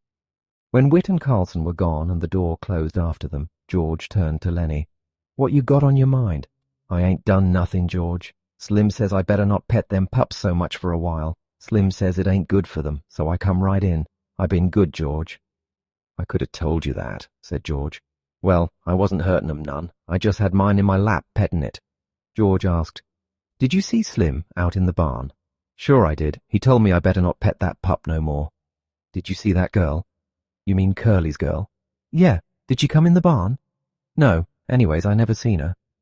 "You never seen Slim talking to her?" She ain't been in the barn." "Okay," said George. "I guess them guys ain't gonna see no fight. If there's any fighting, Lennie, you keep out of it." "I don't want no fights," said Lennie. He got up from his bunk and sat down at the table, across from George. Almost automatically, George shuffled the cards and laid out his solitaire hand. He used a deliberate, thoughtful slowness. Lennie reached for a face card and studied it, then turned it upside down and studied it. "Both ends the same," he said. "George, why is it both ends the same?" "I don't know," said George. "That's just the way they make 'em. What was Slim doing in the barn when you seen him?" "Slim?" "Sure. You seen him in the barn, and he told you not to pet the pup so much." "Oh, yeah. He had a can of tar and a paintbrush. I don't know what for." "You sure that girl didn't come in like she come in here today?" "No, she never come." George sighed. "You give me a good whorehouse every time," he said. "A guy can go in and get drunk and get everything out of his system all at once and no messes. And he knows how much it's going to set him back. These here jailbaits is just set on the trigger of the hoosgow." Lennie followed his words admiringly and moved his lips a little to keep up. George continued. "You remember Andy Cushman, Lennie? Went to grammar school?" "The one that his old lady used to make hot cakes for the kids?" Lennie asked. "Yeah, that's the one. You can remember anything if there's anything to eat in it." George looked carefully at the solitaire hand. He put an ace up on his scoring rack and piled a 2, 3, and 4 of diamonds on it. "Andy's in San Quentin right now on account of a tart," said George. Lennie drummed on the table with his fingers. "George? Huh? George, how long's it going to be till we get that little place and live on the fatter, the lamb, and rabbits?" "I don't know," said George. "We got to get a big stake together. I know a little place we can get cheap, but they ain't giving it away." Old Candy turned slowly over. His eyes were wide open. He watched George carefully. Lennie said, "Tell about that place, George." "I just told you just last night." "Go on. Tell again, George." "Well, it's 10 acres, said George. Got a little windmill. Got a little shack on it, and a chicken run. Got a kitchen, orchard, cherries, apples, peaches, cots, nuts, got a few berries. There's a place for alfalfa and plenty water to flood it. There's a pig pen. And rabbits, George. No place for rabbits now. But I could easy build a few hutches and you could feed alfalfa to the rabbits. Damn right I could, said Lennie. You goddamn right I could. George's hands stopped working with the cards. His voice was growing warmer. And we could have a few pigs. I could build a smokehouse like the one Grandpa had, and when we kill a pig, we can smoke the bacon and the hams and make sausage and all like that. And when the salmon run up river, we could catch 100 of 'em and salt 'em down or smoke 'em. We could have them for breakfast. They ain't nothing so nice as smoked salmon. When the fruit come in, we could can it. And tomatoes, they're easy to can. Every Sunday we'd kill a chicken or a rabbit. Maybe we'd have a cow or a goat. And the cream is so goddamn thick you got to cut it with a knife and take it out with a spoon. Lennie watched him with wide eyes, and old Candy watched him too. Lennie said softly, We could live off of the fat of the land. Sure, said George. All kinds of vegetables in the garden, and if we want a little whiskey, we can sell a few eggs or something, or some milk. We'd just live there. We'd belong there. There wouldn't be no more running round the country and getting fed by a Jap cook. No, sir, we'd have our own place where we belonged and not sleep in no bunkhouse. Tell about the house, George, Lennie begged. Sure, we'd have a little house and a room to ourselves. Little fat iron stove, and in the winter we'd keep a fire going in it. It ain't enough land, so we'd have to work too hard, maybe 6-7 hours a day. We wouldn't have to buck no barley 11 hours a day. And when we put in a crop, why, we'd be there to take the crop up. We'd know what come of our planting. And rabbits, Lennie said eagerly, and I'd take care of 'em. Tell how I'd do that, George. Sure, you'd go out in the alfalfa patch and you'd have a sack. You'd fill up the sack and bring it in and put it in the rabbit cages. They'd nibble and they'd nibble, said Lennie, the way they do. I seen 'em. Ever 6 weeks or so, George continued. Them does would throw a litter, so we'd have plenty rabbits to eat and to sell, and we'd keep a few pigeons to go flying around the windmill like they done when I was a kid. He looked raptly at the wall over Lennie's head. And it'd be our own, and nobody could can us. If we don't like a guy, we can say, get the hell out, and by God, he's got to do it. And if a friend come along, why, we'd have an extra bunk, and we'd say, why don't you spend the night? And by God, he would. We'd have a setter dog and a couple striped cats. But you got to watch out, them cats don't get the little rabbits. Lennie breathed hard. You just let 'em try to get the rabbits. I'll break their goddamn necks. I'll smash 'em with a stick. He subsided, grumbling to himself, threatening the future cats which might dare to disturb the future rabbits. George sat entranced with his own picture. When Candy spoke, they both jumped as though they had been caught doing something reprehensible. Candy said, You know where's a place like that? George was on guard immediately. S'pose I do, he said. What's that to you? You don't need to tell me where it's at. Might be any place. Sure, said George. That's right. You couldn't find it in 100 years. Candy went on excitedly. How much they want for a place like that? George watched him suspiciously. Well, I could get it for $600. The old people that owns it is flat bust and the old lady needs an operation. Say, what's it to you? You got nothing to do with us. Candy said, I ain't much good with only one hand. I lost my hand right here on this ranch. That's why they give me a job swamping. And they give me $250 'cause I lost my hand, and I got 50 more saved up right in the bank, right now. That's 300, and I got 50 more coming the end of the month. Tell you what, he leaned forward eagerly. Suppose I went in with you guys. That's $350 I'd put in. I ain't much good, but I could cook and tend the chickens and hoe the garden some. How'd that be? George half closed his eyes. I got to think about that. We was always going to do it by ourselves. Candy interrupted him. I'd make a will and leave my share to you guys in case I kick off, 'cause I ain't got no relatives nor nothing. You guys got any money? Maybe we could do her right now. George spat on the floor disgustedly. We got $10 between us. Then he said thoughtfully, Look, if me and Lennie work a month and don't spend nothing, we'll have $100. That'd be $450. I bet we could swing her for that. Then you and Lennie could go get her started and I'd get a job and make up the res, and you could sell eggs and stuff like that. They fell into a silence. They looked at one another amazed. This thing they had never really believed in was coming true. George said reverently, "Jesus Christ, I bet we could swing her." His eyes were full of wonder. "I bet we could swing her," he repeated softly. Candy sat on the edge of his bunk. He scratched the stump of his wrist nervously. "I got hurt 4 years ago," he said. "They'll come me purty soon. Just as soon as I can't swamp out no bunkhouses, they'll put me on the county. Maybe if I give you guys my money, you'll let me hoe in the garden even after I ain't no good at it, and I'll wash dishes and little chicken stuff like that. But I'll be on our own place, and I'll be let to work on our own place." He said miserably, "You seen what they done to my dog tonight? They says he wasn't no good to himself nor nobody else. When they can me here, I wished somebody'd shoot me, but they won't do nothing like that. I won't have no place to go, and I can't get no more jobs. I'll have $30 more coming, time you guys is ready to quit." George stood up. "We'll do her," he said. "We'll fix up that little old place and we'll go live there." He sat down again. They all sat still, all bemused by the beauty of the thing. Each mind was popped into the future when this lovely thing should come about. George said wonderingly, "Suppose there was a carnival or a circus come to town, or a ball game, or any damn thing." Old Candy nodded in appreciation of the idea. "We'd just go to her," George said. "We wouldn't ask nobody if we could. Just say, 'We'll go to her,' and we would. Just milk the cow and sling some grain to the chickens and go to her." "And put some grass to the rabbits," Lennie broke in. "I wouldn't never forget to feed them. When we going to do it, George?" "In 1 month. Right squack in 1 month. Know what I'm going to do? I'm going to write to them old people that owns the place that we'll take it, and Candy'll send $100 to bind her." "Sure will," said Candy. "They got a good stove there." "Sure, got a nice stove, burns coal or wood." "I'm going to take my pup," said Lennie. "I bet by Christ he likes it there, by Jesus." Voices were approaching from outside.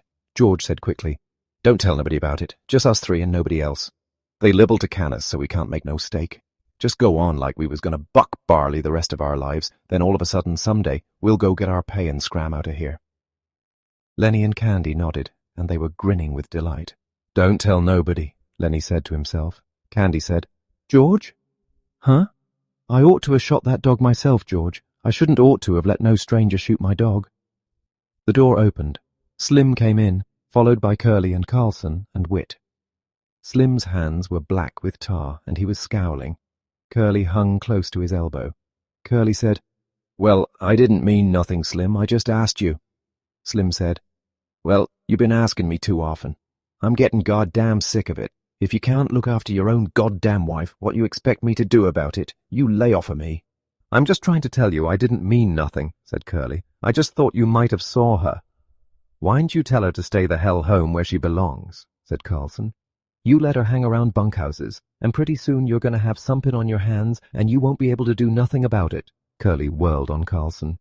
"You keep out of this les you want to step outside." Carlson laughed. "You goddamn punk," he said. "You tried to throw a scare into Slim, and you couldn't make it stick. Slim throwed a scare into you. You're yeller as a frog belly. I don't care if you're the best welter in the country. You come for me, and I'll kick your goddamn head off." Candy joined the attack with joy. "Glove full of Vaseline," he said disgustedly. Curly glared at him. His eyes slipped on past and lighted on Lennie, and Lennie was still smiling with delight at the memory of the ranch. Curly stepped over to Lennie like a terrier. "What the hell you laughing at?" Lennie looked blankly at him. "Huh?" Then Curly's rage exploded. "Come on, you big bastard, get up on your feet. No big son of a bitch is going to laugh at me. I'll show you who's yeller." Lennie looked helplessly at George, and then he got up and tried to retreat. Curly was balanced and poised. He slashed at Lennie with his left, and then smashed down his nose with a right. Lennie gave a cry of terror. Blood welled from his nose. "George!" he cried. "Make 'em let me alone, George!" He backed until he was against the wall, and Curly followed, slugging him in the face. Lennie's hands remained at his sides. He was too frightened to defend himself. George was on his feet, yelling, "Get him, Lennie! Don't let him do it!" Lennie covered his face with his huge paws and bleated with terror. He cried, "Make 'em stop, George!" Then Curly attacked his stomach and cut off his wind. Slim jumped up. "The dirty little rat!" he cried. "I'll get 'em myself!" George put out his hand and grabbed Slim. "Wait a minute!" he shouted. He cupped his hands around his mouth and yelled, "Get him, Lennie!" Lennie took his hands away from his face and looked about for George, and Curly slashed at his eyes. The big face was covered with blood. George yelled again, "I said get him!" Curly's fist was swinging when Lennie reached for it. The next minute, Curly was flopping like a fish on a line, and his closed fist was lost in Lennie's big hand. George ran down the room. "Let go of him, Lennie. Let go!" But Lennie watched in terror the flopping little man whom he held. Blood ran down Lennie's face. One of his eyes was cut and closed. George slapped him in the face again and again, and still Lennie held on to the closed fist. Curly was white and shrunken by now, and his struggling had become weak. He stood crying, his fist lost in Lennie's paw. George shouted over and over, "Lego his hand, Lennie! Lego! Slim! Come help me while the guy got any hand left." Suddenly Lennie let go his hold. He crouched cowering against the wall. "You told me to, George," he said miserably. Curly sat down on the floor, looking in wonder at his crushed hand. Slim and Carlson bent over him. Then Slim straightened up and regarded Lennie with horror. "We got to get him into a doctor," he said. "Looks to me like every bone in his hand is bust." "I didn't want to," Lennie cried. "I didn't want to hurt him." Slim said, "Carlson, you get the candy wagon hitched up. We'll take 'em into Soledad and get 'em fixed up." Carlson hurried out. Slim turned to the whimpering Lennie. "It ain't your fault," he said. "This punk sure had it coming to him, but, Jesus, he ain't hardly got no hand left." Slim hurried out, and in a moment returned with a tin cup of water. He held it to Curly's lips. George said, "Slim, will we get canned now? We need the steak. Will Curly's old man can us now?" Slim smiled wryly. He knelt down beside Curly. "You got your senses in hand enough to listen?" he asked. Curly nodded. "Well, then listen," Slim went on. "I think you got your hand caught in a machine. If you don't tell nobody what happened, we ain't going to. But you just tell and try to get this guy canned, and we'll tell everybody, and then will you get the laugh?" "I won't tell," said Curly. He avoided looking at Lennie. Buggy wheels sounded outside. Slim helped Curly up. "Come on now. Carlson's going to take you to a doctor." He helped Curly out the door. The sound of wheels drew away. In a moment Slim came back into the bunkhouse. He looked at Lennie, still crouched fearfully against the wall. "Please see your hands," he asked. Lennie stuck out his hands. "Christ almighty, I hate to have you mad at me," Slim said. George broke in. "Lennie was just scared," he explained. "He didn't know what to do. I told you nobody ought never to fight him." "No, I guess it was Candy I told." Candy nodded solemnly. "That's just what you done," he said. "Right this morning when Curly first lit into your friend, you says, he better not fool with Lennie if he knows what's good for him. That's just what you says to me." George turned to Lennie. "It ain't your fault," he said. "You don't need to be scared no more. You done just what I told you to. Maybe you better go in the washroom and clean up your face. You look like hell." Lennie smiled with his bruised mouth. "I didn't want no trouble," he said. He walked toward the door, but just before he came to it, he turned back. "George? What you want?" "I can still tend the rabbits, George." "Sure, you ain't done nothing wrong." "I didn't mean no harm, George." "Well, get the hell out and wash your face." Rooks, the Negro stable buck, had his bunk in the harness room, a little shed that leaned off the wall of the barn. On one side of the little room there was a square four-paned window, and on the other a narrow plank door leading into the barn. Crook's bunk was a long box filled with straw, on which his blankets were flung. On the wall by the window there were pegs on which hung broken harness in process of being mended, strips of new leather, and under the window itself a little bench for leather-working tools, curved knives and needles and balls of linen thread, and a small hand-riveter. On pegs were also pieces of harness, a split collar with the horsehair stuffing sticking out, a broken hame, and a trace chain with its leather covering split. Crooks had his apple box over his bunk, and in it a range of medicine bottles, both for himself and for the horses. There were cans of saddle soap and a drippy can of tar, with its paintbrush sticking over the edge, and scattered about the floor were a number of personal possessions. For being alone, Crooks could leave his things about, and being a stable buck and a cripple, he was more permanent than the other men, and he had accumulated more possessions than he could carry on his back. Crooks possessed several pairs of shoes, a pair of rubber boots, a big alarm clock, and a single-barreled shotgun. And he had books, too, a tattered dictionary and a mauled copy of the California Civil Code for 1905. There were battered magazines and a few dirty books on a special shelf over his bunk. A pair of large gold-rimmed spectacles hung from a nail on the wall above his bed. This room was swept and fairly neat, for Crooks was a proud, aloof man. He kept his distance and demanded that other people keep theirs. His body was bent over to the left by his crooked spine, and his eyes lay deep in his head, and because of their depth seemed to glitter with intensity. His lean face was lined with deep black wrinkles, and he had thin, pain-tightened lips which were lighter than his face. It was Saturday night. Through the open door that led into the barn came the sound of moving horses, of feet stirring, of teeth champing on hay, of the rattle of halter chains. In the stable-buck's room, a small electric globe threw a meagre yellow light. Crooks sat on his bunk. His shirt was out of his jeans in back. In one hand he held a bottle of liniment, and with the other he rubbed his spine. Now and then he poured a few drops of the liniment into his pink-palmed hand and reached up under his shirt to rub again. He flexed his muscles against his back and shivered.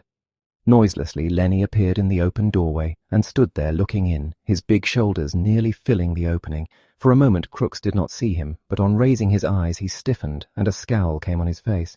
His hand came out from under his shirt. Lennie smiled helplessly in an attempt to make friends. Crooks said sharply, "You got no right to come in my room. This here's my room. Nobody got any right in here but me." Lennie gulped, and his smile grew more fawning. "I ain't doing nothing," he said. "Just come to look at my puppy, and I seen your light," he explained. "Well, I got a right to have a light. You go on, get out of my room. I ain't wanted in the bunkhouse, and you ain't wanted in my room." "Why ain't you wanted?" Lennie asked. "'Cause I'm black. They play cards in there, but I can't play because I'm black. They say I stink. Well, I tell you, all of you stink to me."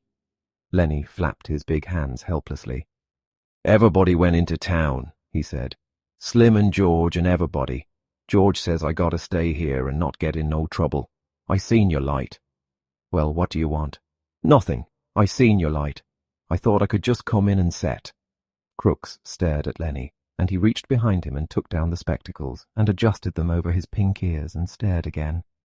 "I don't know what you're doing in the barn anyway," he complained. "You ain't no Skinner. There's no call for a bucker to come into the barn at all. You ain't no Skinner. You ain't got nothing to do with the horses." "The pup," Lennie repeated. "I come to see my pup." "Well, go see your pup then. Don't come in a place where you're not wanted." Lennie lost his smile.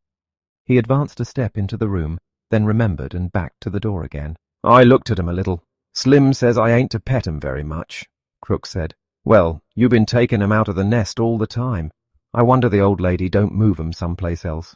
"Oh, she don't care. She lets me." Lennie had moved into the room again. Crooks scowled, but Lennie's disarming smile defeated him. "Come on in and set a while," Crooks said. "Long as you won't get out and leave me alone, you might as well set down." His tone was a little more friendly. "All the boys gone into town, huh?" "All but old Candy. He just sets in the bunkhouse, sharpening his pencil and sharpening and figuring." Crooks adjusted his glasses. "Figuring? What's Candy figuring about?" Lennie almost shouted. "About the rabbits." "You're nuts," said Crooks. "You're crazy as a wedge. What rabbits you talking about?" "The rabbits we're gonna get, and I get to tend 'em, cut grass and give 'em water, and like that." "Just nuts," said Crooks. "I don't blame the guy you travel with for keeping you out of sight." Lennie said quietly, "It ain't no lie. We're gonna do it. Gonna get a little place and live on the fat of the land." Crooks settled himself more comfortably on his bunk. "Set down," he invited. "Set down on the nail keg." Lennie hunched down on the little barrel. "You think it's a lie," Lennie said. "But it ain't no lie. Every word's the truth, and you can ask George." Crooks put his dark chin into his pink palm. "You travel around with George, don't you?" "Sure. Me and him goes every place together." Crooks continued. "Sometimes he talks, and you don't know what the hell he's talking about." "Ain't that so?" He leaned forward, boring Lennie with his deep eyes. "Ain't that so?" "Yeah, sometimes." "Just talks on, and you don't know what the hell it's all about." "Yeah, sometimes. But not always." Crooks leaned forward over the edge of the bunk. "I ain't a Southern Negro," he said. "I was born right here in California. My old man had a chicken ranch, about 10 acres. The white kids come to play at our place, and sometimes I went to play with them, and some of them was pretty nice. My old man didn't like that. I never knew till long later why he didn't like that, but I know now." He hesitated, and when he spoke again his voice was softer. "There wasn't another colored family for miles around, and now there ain't a colored man on this ranch, and there's just one family in Soledad." He laughed. "If I say something, why, it's just a nigger saying it." Lennie asked, How long you think it'll be before them pups will be old enough to pet? Crooks laughed again. A guy can talk to you and be sure you won't go blabbing. Couple of weeks and them pups'll be all right. George knows what he's about, just talks, and you don't understand nothing. He leaned forward excitedly. This is just a nigger talking, and a busted-back nigger, so it don't mean nothing, see? You couldn't remember it anyways. I seen it over and over. A guy talking to another guy, and it don't make no difference if you don't hear or understand. The thing is, they're talking, or they're setting still not talking. It don't make no difference, no difference. His excitement had increased until he pounded his knee with this hand. George can tell you screwy things, and it don't matter. It's just the talking. It's just being with another guy. That's all. He paused. His voice grew soft and persuasive. Suppose George don't come back no more. Suppose he took a powder and just ain't coming back. What'll you do then? Lennie's attention came gradually to what had been said. What? He demanded. I said suppose George went into town tonight, and you never heard of him no more. Crooks pressed forward some kind of private victory. Just suppose that, he repeated. He won't do it, Lennie cried. George wouldn't do nothing like that. I been with George a long time. He'll come back tonight. But the doubt was too much for him. Don't you think he will? Crook's face lighted with pleasure in his torture. Nobody can't tell what a guy'll do, he observed calmly. Let's say he wants to come back and can't. Suppose he gets killed or hurt so he can't come back. Lennie struggled to understand. George won't do nothing like that, he repeated. George is careful. He won't get hurt. He ain't never been hurt, 'cause he's careful. Well, just suppose he don't come back. What'll you do then? Lennie's face wrinkled with apprehension. I don't know. Say, what you doing anyways? He cried. This ain't true. George ain't got hurt. Crooks bored in on him. Want me to tell you what'll happen?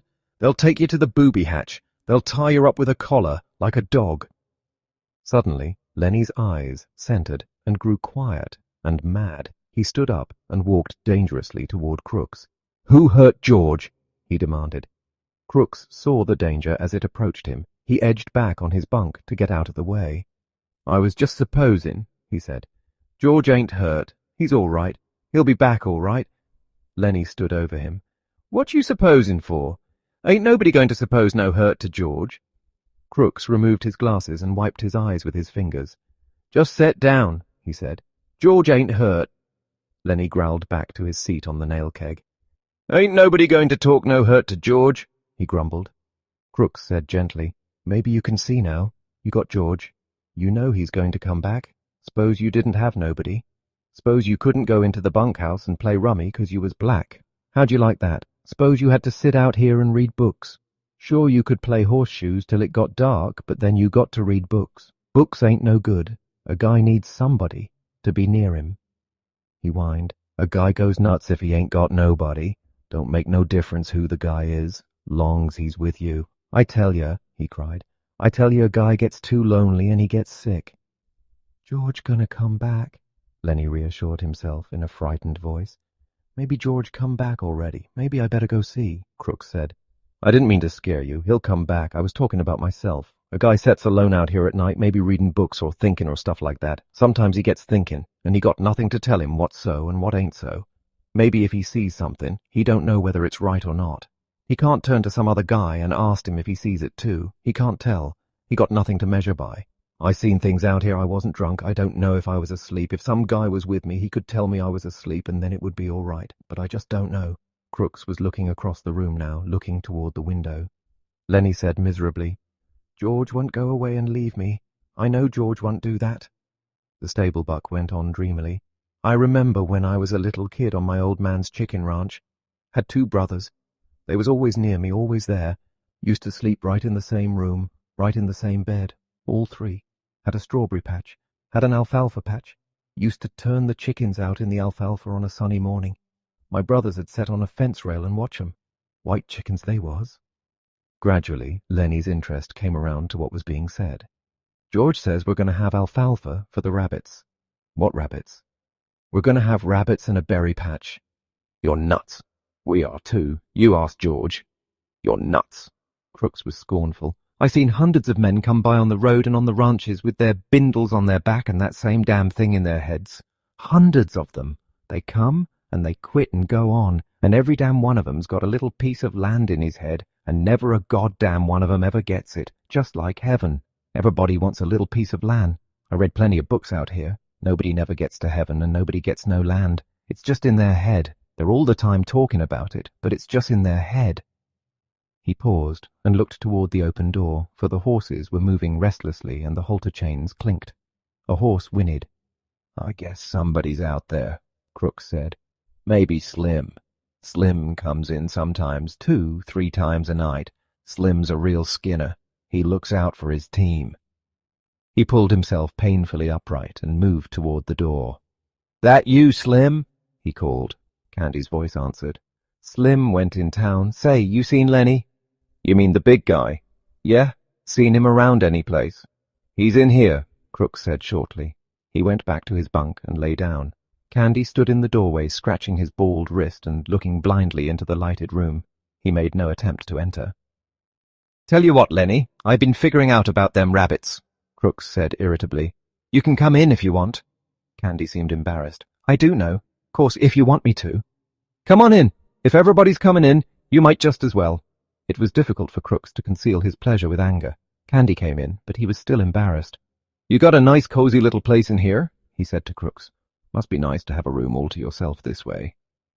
"Sure," said Crooks. "And a manure pile under the window. Sure, it's swell." Lennie broke in. "You said about them rabbits." Candy leaned against the wall beside the broken collar while he scratched the wrist stump. "I've been here a long time," he said. "And Crooks been here a long time. This is the first time I ever been in his room." Crooks said darkly, "Guys don't come into a coloured man's room very much. Nobody been here but Slim. Slim and the boss." Candy quickly changed the subject. "Slim's as good a skinner as I ever seen." Lennie leaned toward the old swamper. "About them rabbits," he insisted. Candy smiled. "I got it figured out. We can make some money on them rabbits if we go about it right." "But I get to tend 'em," Lennie broke in. "George says I get to tend 'em. He promised." Crooks interrupted brutally. "You guys is just kidding yourself. You'll talk about it a hell of a lot, but you won't get no land. You'll be a swamper here till they take you out in a box. Hell, I seen too many guys. Lennie here'll quit and be on the road in 2-3 weeks. Seems like ever guy got land in his head." Candy rubbed his cheek angrily. "You goddamn right we're going to do it. George says we are. We got the money right now." "Yeah," said Crooks. "And where's George now? In town in a whorehouse. That's where your money's going. Jesus, I seen it happen too many times. I seen too many guys with land in their head. They never get none under their hand." Candy cried. "Sure they all want it. Everybody wants a little bit of land. Not much. Just something that was his. Something he could live on, and there couldn't nobody throw him off of it. I never had none. I planted crops for damn near everybody in this state, but they wasn't my crops, and when I harvested 'em, it wasn't none of my harvest. But we gonna do it now, and don't you make no mistake about that. George ain't got the money in town. That money's in the bank. Me and Lennie and George. We gonna have a room to ourself. We're gonna have a dog and rabbits and chickens. We're gonna have green corn, and maybe a cow or a goat." He stopped, overwhelmed with his picture. Crooks asked, "You say you got the money?" "Damn right. We got most of it. Just a little bit more to get. Have it all in 1 month. George got the land all picked out too." Crooks reached around and explored his spine with his hand. "I never seen a guy really do it," he said. "I seen guys nearly crazy with loneliness for land, but every time a whorehouse or a blackjack game took what it takes." He hesitated. If you... Guys would want a hand to work for nothing, just his keep. Why, I'd come and lend a hand. I ain't so crippled I can't work like a son of a bitch if I want to. Any you boys seen Curly?" They swung their heads toward the door. Looking in was Curly's wife. Her face was heavily made up, her lips were slightly parted. She breathed strongly, as though she had been running. "Curly ain't been here," Candy said sourly. She stood still in the doorway, smiling a little at them, rubbing the nails of one hand with the thumb and forefinger of the other, and her eyes travelled from one face to another. "They left all the weak ones here," she said finally. "Think I don't know where they all went? Even Curly. I know where they all went."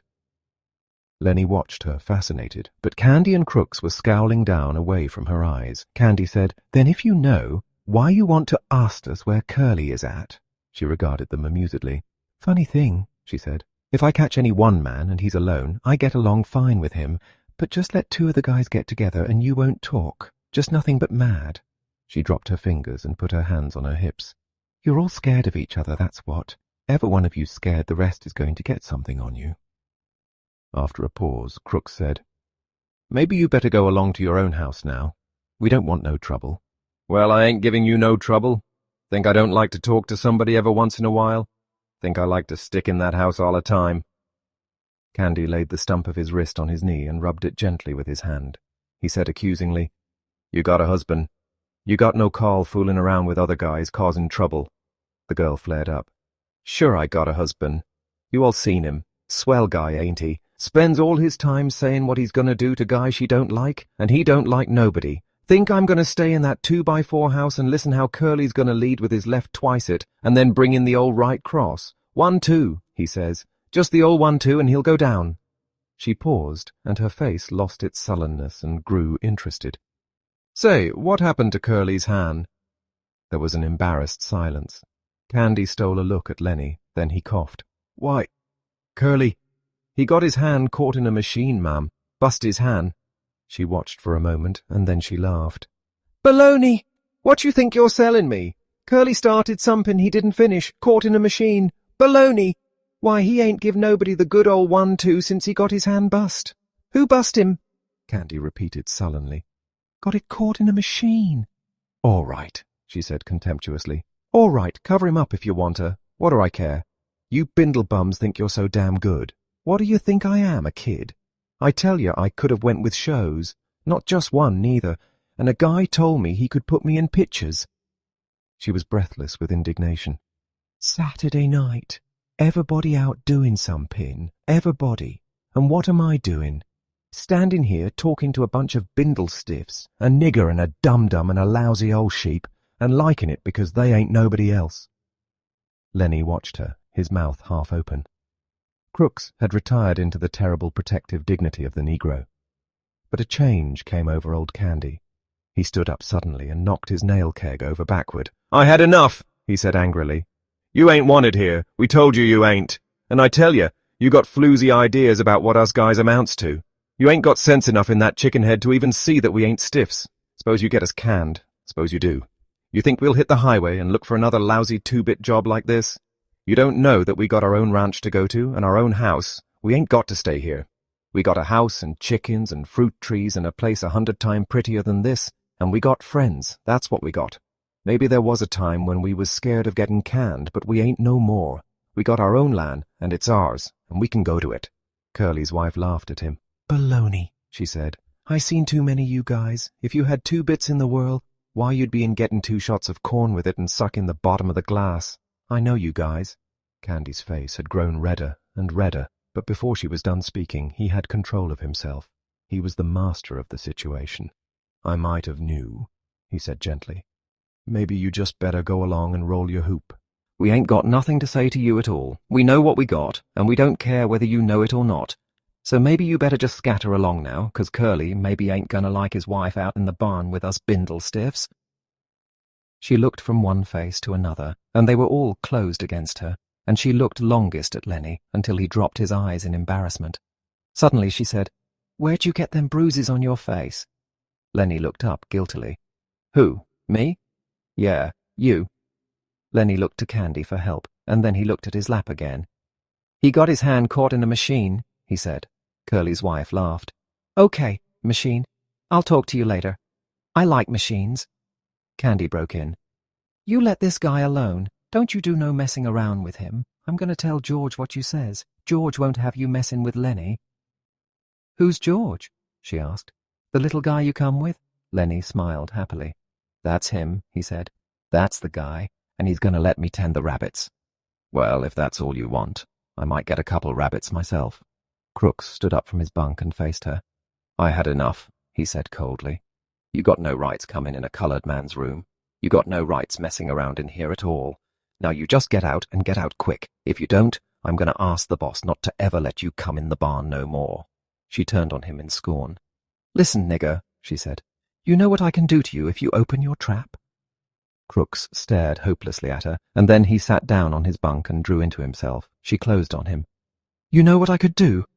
Crooks seemed to grow smaller, and he pressed himself against the wall. Yes, ma'am.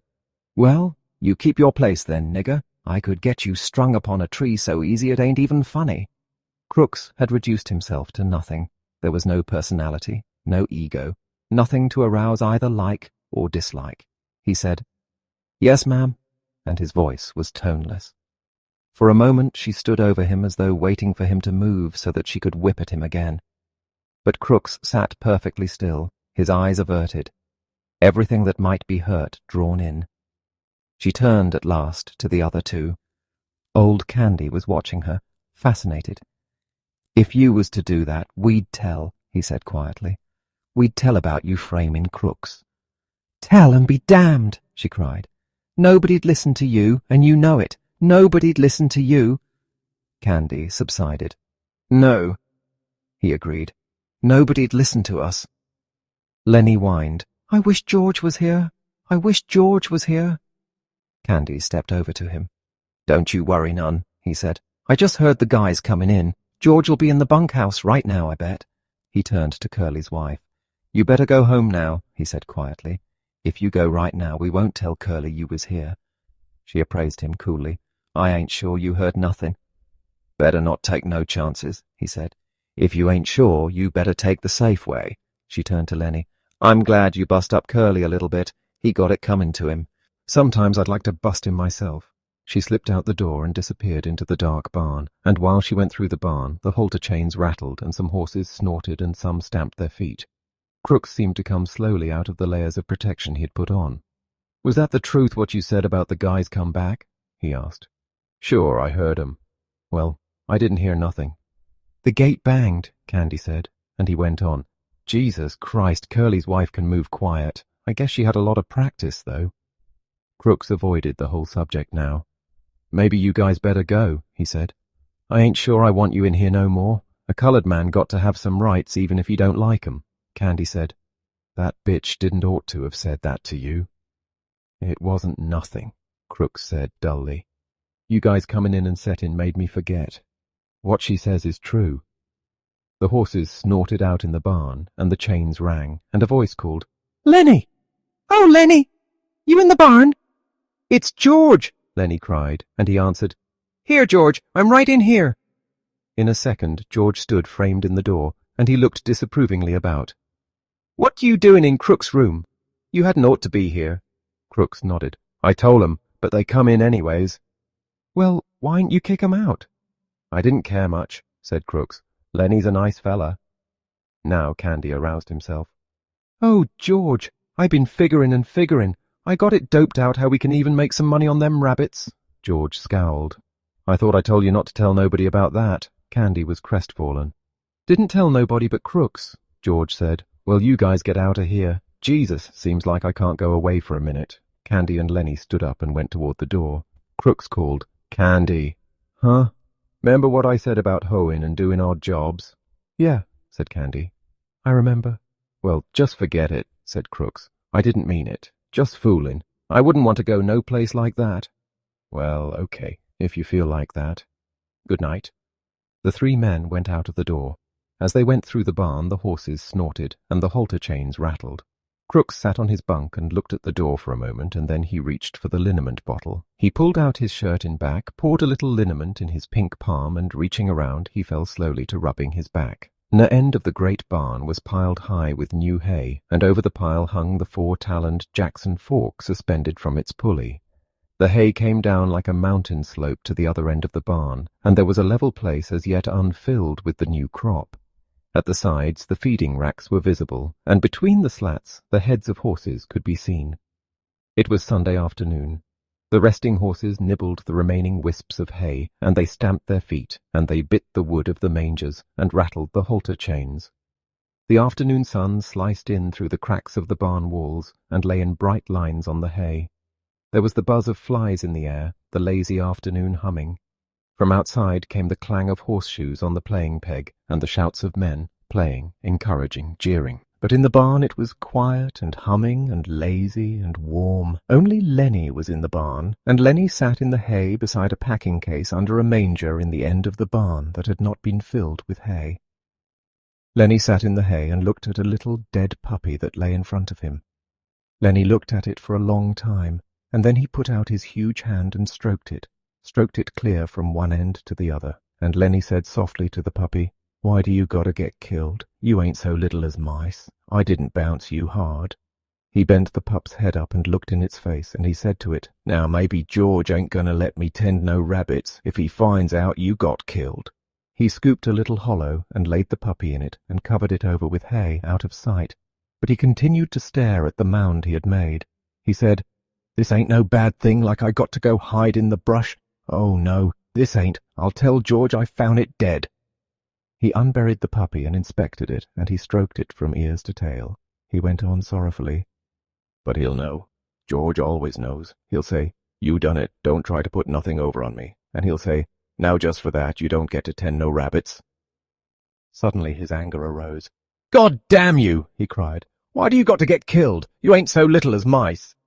He picked up the pup and hurled it from him. He turned his back on it. He sat bent over his knees and he whispered, "Now I won't get to tend the rabbits. Now he won't let me." He rocked himself back and forth in his sorrow. From outside came the clang of horseshoes on the iron stake, and then a little chorus of cries. Lennie got up and brought the puppy back and laid it on the hay and sat down. He stroked the pup again.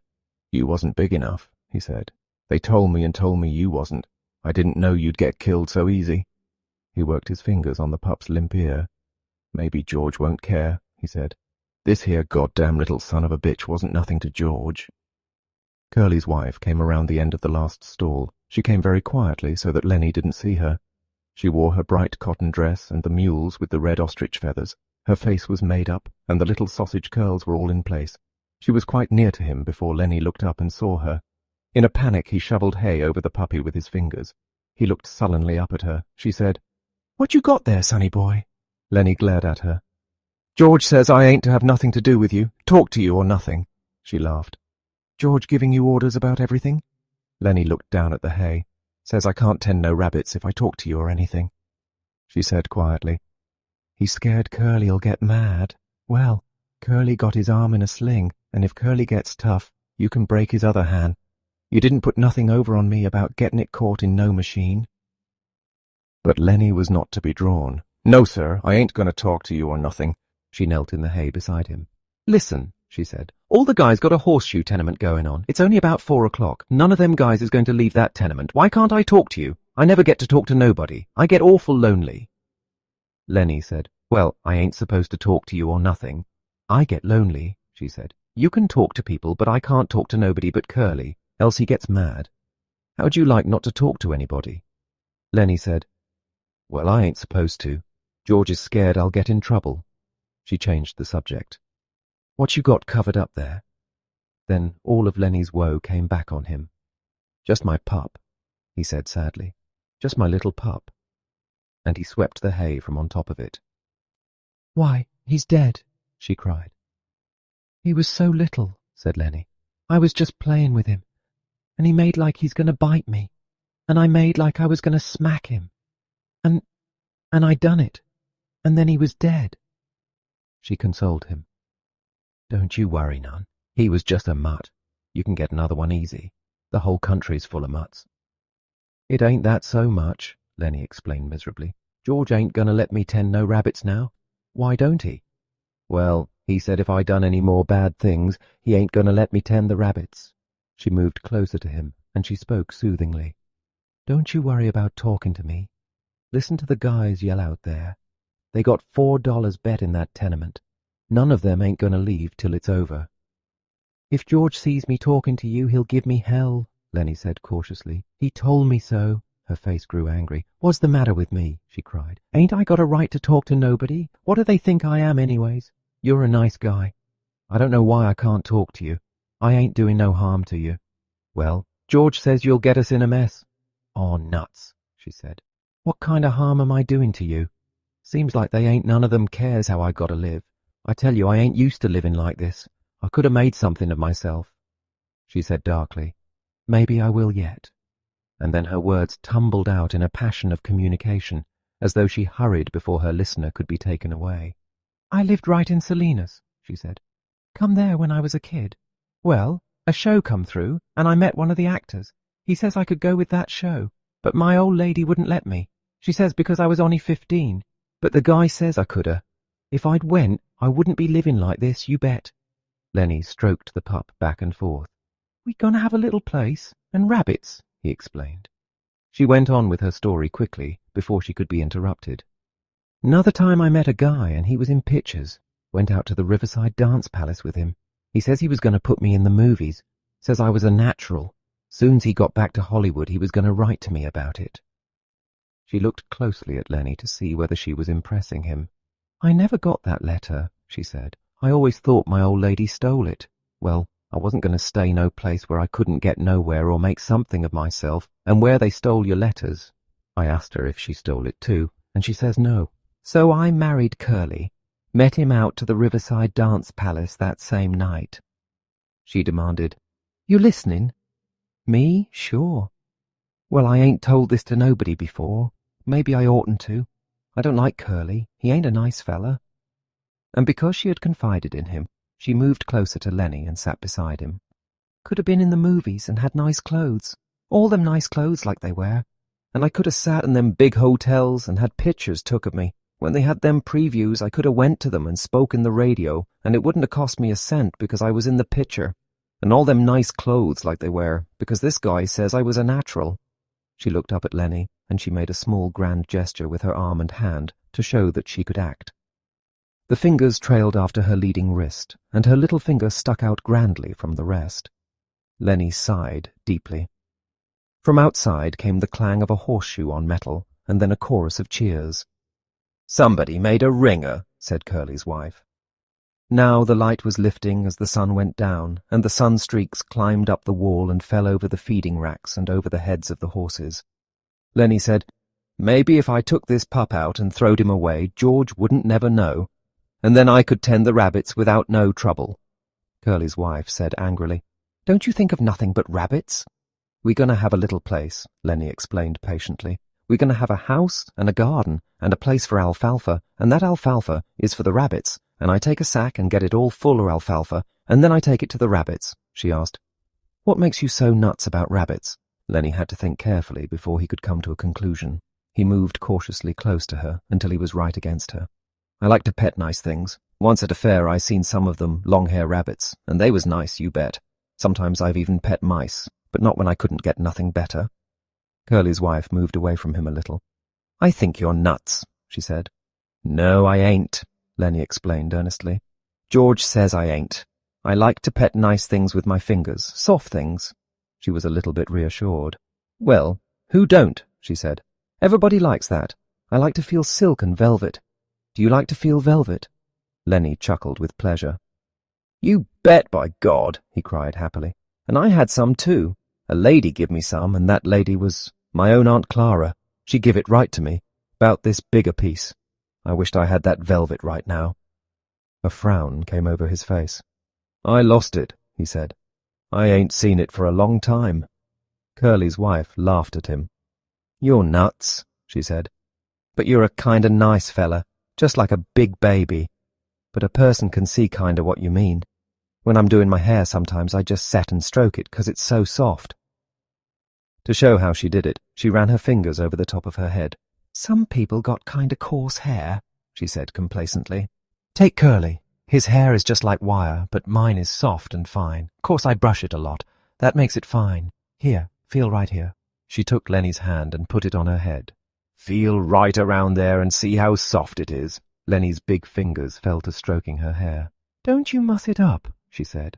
Lennie said, Oh, that's nice. And he stroked harder. Oh, that's nice. Look out now. You'll muss it. And then she cried angrily. You stop it now. You'll mess it all up. She jerked her head sideways, and Lennie's fingers closed on her hair and hung on. Let go, she cried. You let go! Lennie was in a panic. His face was contorted. She screamed then, and Lennie's other hand closed over her mouth and nose. Please don't, he begged. Oh, please don't do that. George'll be mad. She struggled violently under his hands. Her feet battered on the hay, and she writhed to be free, and from under Lennie's hand came a muffled screaming. Lennie began to cry with fright. Oh, please don't do none of that, he begged. George gonna say I done a bad thing. He ain't gonna let me tend no rabbits. He moved his hand a little, and her hoarse cry came out. Then Lennie grew angry. Now don't, he said. I don't want you to yell. You're going to get me in trouble just like George says you will. Now don't you do that." And she continued to struggle, and her eyes were wild with terror. He shook her then, and he was angry with her. "Don't you go yelling," he said, and he shook her, and her body flopped like a fish. And then she was still, for Lennie had broken her neck. He looked down at her, and carefully he removed his hand from over her mouth, and she lay still. "I don't want to hurt you," he said, "but George will be mad if you yell." When she didn't answer nor move, he bent closely over her. He lifted her arm and let it drop. For a moment he seemed bewildered, and then he whispered in fright, "I done a bad thing. I done another bad thing." He poured up the hay until it partly covered her. From outside the barn came a cry of men and the double clang of shoes on metal. For the first time, Lennie became conscious of the outside. He crouched down in the hay and listened. "I done a real bad thing," he said. "I shouldn't have did that. George will be mad and—" He said, "And hide in the brush till he come. He's going to be mad. In the brush till he come. That's what he said." Lennie went back and looked at the dead girl. The puppy lay close to her. Lennie picked it up. "I'll throw him away," he said. "It's bad enough like it is." He put the pup under his coat, and he crept to the barn wall and peered out between the cracks toward the horseshoe game. And then he crept around the end of the last manger and disappeared. The sun streaks were high on the wall by now, and the light was growing soft in the barn. Curly's wife lay on her back, and she was half covered with hay.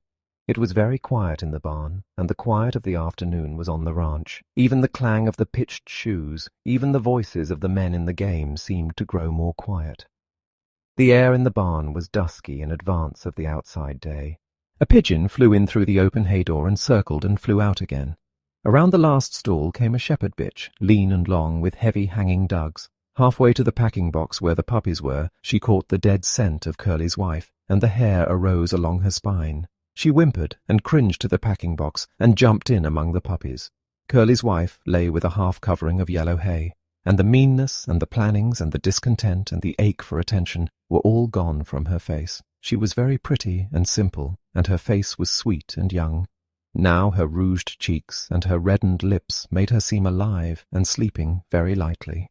The curls, tiny little sausages, were spread on the hay behind her head, and her lips were parted. As happens sometimes, a moment settled and hovered and remained for much more than a moment, and sound stopped and movement stopped for much, much more than a moment. Then gradually time awakened again and moved sluggishly on. The horses stamped on the other side of the feeding racks, and the halter chains clinked. Outside, the men's voices became louder and clearer. From around the end of the last stall, old Candy's voice came. "Lennie," he called. "Oh, Lennie, you in here? I've been figuring some more. Tell you what we can do, Lennie." Old Candy appeared around the end of the last stall. "Oh, Lennie," he called again, and then he stopped, and his body stiffened. He rubbed his smooth wrist on his white stubble whiskers. "I didn't know you was here," he said to Curly's wife. When she didn't answer, he stepped nearer. "You oughtn't to sleep out here," he said disapprovingly, and then he was beside her and, "Oh, Jesus Christ!" He looked about helplessly, and he rubbed his beard. And then he jumped up and went quickly out of the barn. But the barn was alive now. The horses stamped and snorted, and they chewed the straw of their bedding, and they clashed the chains of their halters. In a moment, Candy came back, and George was with him. George said, "What was it you wanted to see me about?" Candy pointed at Curly's wife. George stared.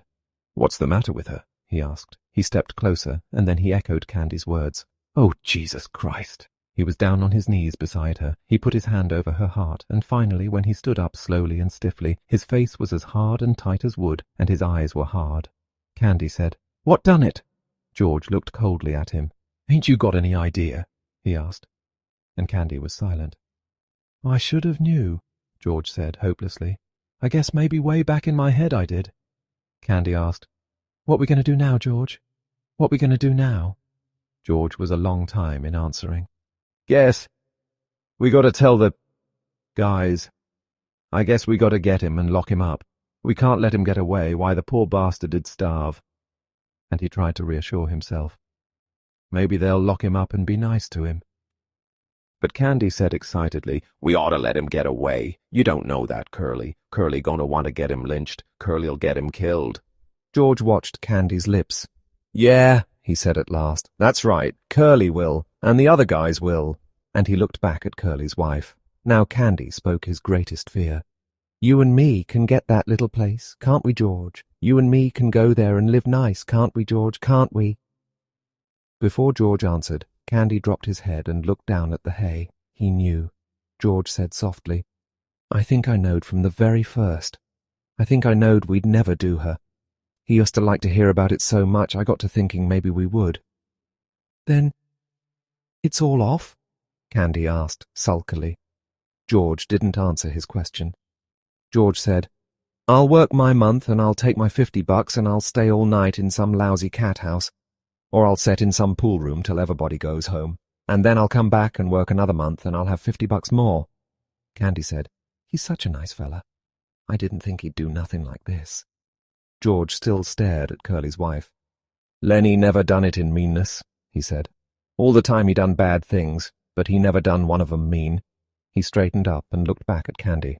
Now listen, we got to tell the guys. They got to bring him in, I guess. They ain't no way out. Maybe they won't hurt him, he said sharply. I ain't gonna let 'em hurt Lennie. Now you listen. The guys might think I was in on it. I'm gonna go in the bunkhouse. Then in a minute you come out and tell the guys about her, and I'll come along and make like I never seen her. Will you do that, so the guys won't think I was in on it? Candy said, Sure, George. Sure, I'll do that. Okay, give me a couple minutes then, and you come running out and tell like you just found her. I'm going now. George turned and went quickly out of the barn. Old Candy watched him go. He looked helplessly back at Curly's wife, and gradually his sorrow and his anger grew into words. You goddamn tramp, he said viciously. You done it, don't you? I suppose you're glad. Everybody knowed you'd messed things up. You wasn't no good. You ain't no good now, you lousy tart. He snivelled, and his voice shook. I could have hoed in the garden and washed dishes for them guys. He paused and then went on in a sing-song. And he repeated the old words. If they was a circus or a baseball game, we would have went to her. Just said to hell with work, and went to her. Never asked nobody's say-so. And they'd have been a pig and chickens. And in the winter, the little fat stove, and the rain coming, and us just setting there. His eyes blinded with tears, and he turned and went weakly out of the barn, and he rubbed his bristly whiskers with his wrist stump. Outside, the noise of the game stopped. There was a rise of voices in question, a drum of running feet, and the men burst into the barn, Slim and Carlson and Young Wit and Curly and Crooks keeping back out of attention range. Candy came after them, and last of all came George. George had put on his blue denim coat and buttoned it, and his black hat was pulled down low over his eyes. The men raced around the last stall. Their eyes found Curly's wife in the gloom. They stopped and stood still and looked. Then Slim went quietly over to her, and he felt her wrist. One lean finger touched her cheek, and then his hand went under her slightly twisted neck, and his fingers explored her neck. When he stood up, the men crowded near, and the spell was broken. Curly came suddenly to life. I know who done it, he cried. That big son of a bitch done it. I know he done it. Why, everybody else was out there playing horseshoes. He worked himself into a fury. I'm going to get him. I'm going for my shotgun. I'll kill the big son of a bitch myself. I'll shoot him in the guts. Come on, you guys. He ran furiously out of the barn. Carlson said, I'll get my Luger, and he ran out too. Slim turned quietly to George. I guess Lennie done it all right, he said. Her neck's bust. Lennie could have did that. George didn't answer, but he nodded slowly. His hat was so far down on his forehead that his eyes were covered. Slim went on. Maybe like that time in Weed you was telling about. Again George nodded. Slim sighed. Well, I guess we got to get him. Where you think he might have went? It seemed to take George some time to free his words. He would have went south, he said. We come from north, so he would have went south. I guess we got to get him, Slim repeated. George stepped close. Couldn't we maybe bring him in and they'll lock him up? He's nuts, Slim. He never done this to be mean. Slim nodded. We might, he said. If we could keep Curly in, we might. But Curly's going to want to shoot him. Curly's still mad about his hand, and suppose they lock him up and strap him down and put him in a cage. That ain't no good, George. I know, said George. I know. Carlson came running in. The bastard stole my Luger, he shouted. It ain't in my bag. Curly followed him, and Curly carried a shotgun in his good hand. Curly was cold now. "All right, you guys," he said. "The nigger's got a shotgun. You take it, Carlson. When you see him, don't give him no chance. Shoot for his guts. That'll double him over," Whit said excitedly. "I ain't got a gun," Curly said. "You go in Soledad and get a cop. Get Al Wiltz. He's deputy sheriff. Lee's go now." He turned suspiciously on George. "You're coming with us, fella." "Yeah," said George. "I'll come. But listen, Curly, the poor bastard's nuts. Don't shoot him. He didn't know what he was doing." "Don't shoot him!" Curly cried. "He got Carlson's Luger. Course we'll shoot him." George said weakly, "Maybe Carlson lost his gun." "I seen it this morning," said Carlson. "No, it's been took." Slim stood looking down at Curly's wife. He said, "Curly, maybe you better stay here with your wife." Curly's face reddened. "I'm going," he said. "I'm going to shoot the guts out of that big bastard myself, even if I only got one hand. I'm going to get him." Slim turned to Candy. "You stay here with her then, Candy. The rest of us better get going." They moved away. George stopped a moment beside Candy, and they both looked down at the dead girl until Curly called, "You, George, you stick with us so we don't think you had nothing to do with this." George moved slowly after them, and his feet dragged heavily, and when they were gone, Candy squatted down in the hay and watched the face of Curly's wife. "Poor bastard," he said softly. The sound of the men grew fainter. The barn was darkening gradually, and, in their stalls, the horses shifted their feet and rattled the halter chains. Old Candy lay down in the hay and covered his eyes with his arm. The deep green pool of the Salinas River was still in the late afternoon. Already the sun had left the valley to go climbing up the slopes of the Gabilan Mountains, and the hilltops were rosy in the sun, but by the pool among the mottled sycamores a pleasant shade had fallen. A water snake glided smoothly up the pool, twisting its periscope head from side to side, and it swam the length of the pool and came to the legs of a motionless heron that stood in the shallows. A silent head and beak lanced down and plucked it out by the head, and the beak swallowed the little snake while its tail waved frantically. A far rush of wind sounded, and a gust drove through the tops of the trees like a wave. The sycamore leaves turned up their silver sides. The brown, dry leaves on the ground scudded a few feet, and row on row of tiny wind waves flowed up the pool's green surface. As quickly as it had come, the wind died, and the clearing was quiet again. The heron stood in the shallows, motionless and waiting. Another little water snake swam up the pool, turning its periscope head from side to side. Suddenly, Lennie appeared out of the brush, and he came as silently as a creeping bear moves. The heron pounded the air with its wings, jacked itself clear of the water, and flew off downriver. The little snake slid in among the reeds at the pool's side. Lennie came quietly to the pool's edge. He knelt down and drank, barely touching his lips to the water. When a little bird skittered over the dry leaves behind him, his head jerked up and he strained toward the sound with eyes and ears until he saw the bird, and then he dropped his head and drank again. When he was finished, he sat down on the bank with his side to the pool so that he could watch the trail's entrance. He embraced his knees and laid his chin down on his knees. The light climbed on out of the valley, and as it went, the tops of the mountains seemed to blaze with increasing brightness. Lennie said softly, "I didn't forget you bet, goddamn. Hide in the brush and wait for George." He pulled his hat down low over his eyes. "George gonna give me hell," he said. "George gonna wish he was alone and not have me bothering him." He turned his head and looked at the bright mountain tops. "I can go right off there and find a cave," he said, and he continued sadly, "and never have no ketchup, but I won't care. If George don't want me, I'll go away. I'll go away." And then from out of Lennie's head there came a little fat old woman. She wore thick bull's-eye glasses, and she wore a huge gingham apron with pockets, and she was starched and clean. She stood in front of Lennie and put her hands on her hips, and she frowned disapprovingly at him, and when she spoke it was in Lennie's voice. "I told you," she said. "I told you Min George because he's such a nice feller and good to you. But you don't never take no care. You do bad things." And Lennie answered her, "I tried, Aunt Clara, ma'am. I tried and tried. I couldn't help it." "You never give a thought to George," she went on in Lennie's voice. "He been doing nice things for you all the time. When he got a piece of pie, you always got half or more'n half, and if they was any ketchup, why, he'd give it all to you." "I know," said Lennie miserably. "I tried, Aunt Clara, ma'am. I tried and tried," she interrupted him. "All the time he could have had such a good time if it wasn't for you. He would have took his pay and raised hell in a whorehouse, and he could have sat in a pool room and played snooker. But he got to take care of you. Lennie moaned with grief. I know, Aunt Clara, ma'am. I'll go right off in the hills and I'll find a cave and I'll live there so I won't be no more trouble to George. You just say that, she said sharply. You're always saying that, and you know, son of a bitching well, you ain't never going to do it. You'll just stick around and stew the bejesus out of George all the time. Lennie said, I might just as well go away. George ain't going to let me tend no rabbits now. Aunt Clara was gone, and from out of Lennie's head there came a gigantic rabbit. It sat on its haunches in front of him, and it waggled its ears and crinkled its nose at him, and it spoke in Lennie's voice too. 10 rabbits, it said scornfully. You crazy bastard.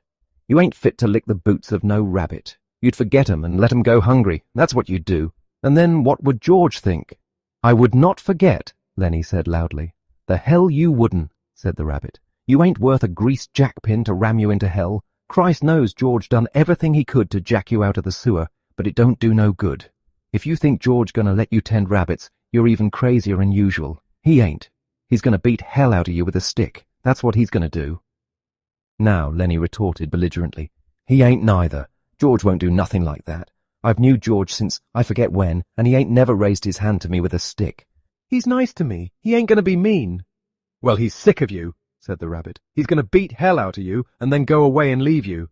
He won't, Lennie cried frantically. He won't do nothing like that. I know George. Me and him travels together. But the rabbit repeated softly over and over. He gonna leave you, you crazy bastard. He gonna leave you all alone. He gonna leave you, crazy bastard. Lennie put his hands over his ears. He ain't. I tell you he ain't. And he cried, Oh, George, George, George! George came quietly out of the brush, and the rabbit scuttled back into Lennie's brain. George said quietly, What the hell you yelling about?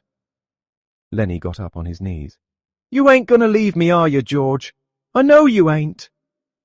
George came stiffly near and sat down beside him. No. I knowed it, Lennie cried. You ain't that kind. George was silent. Lennie said, George. Yeah? I done another bad thing. It don't make no difference, George said, and he fell silent again. Only the topmost ridges were in the sun now. The shadow in the valley was blue and soft. From the distance came the sound of men shouting to one another. George turned his head and listened to the shouts. Lennie said, George? Yeah?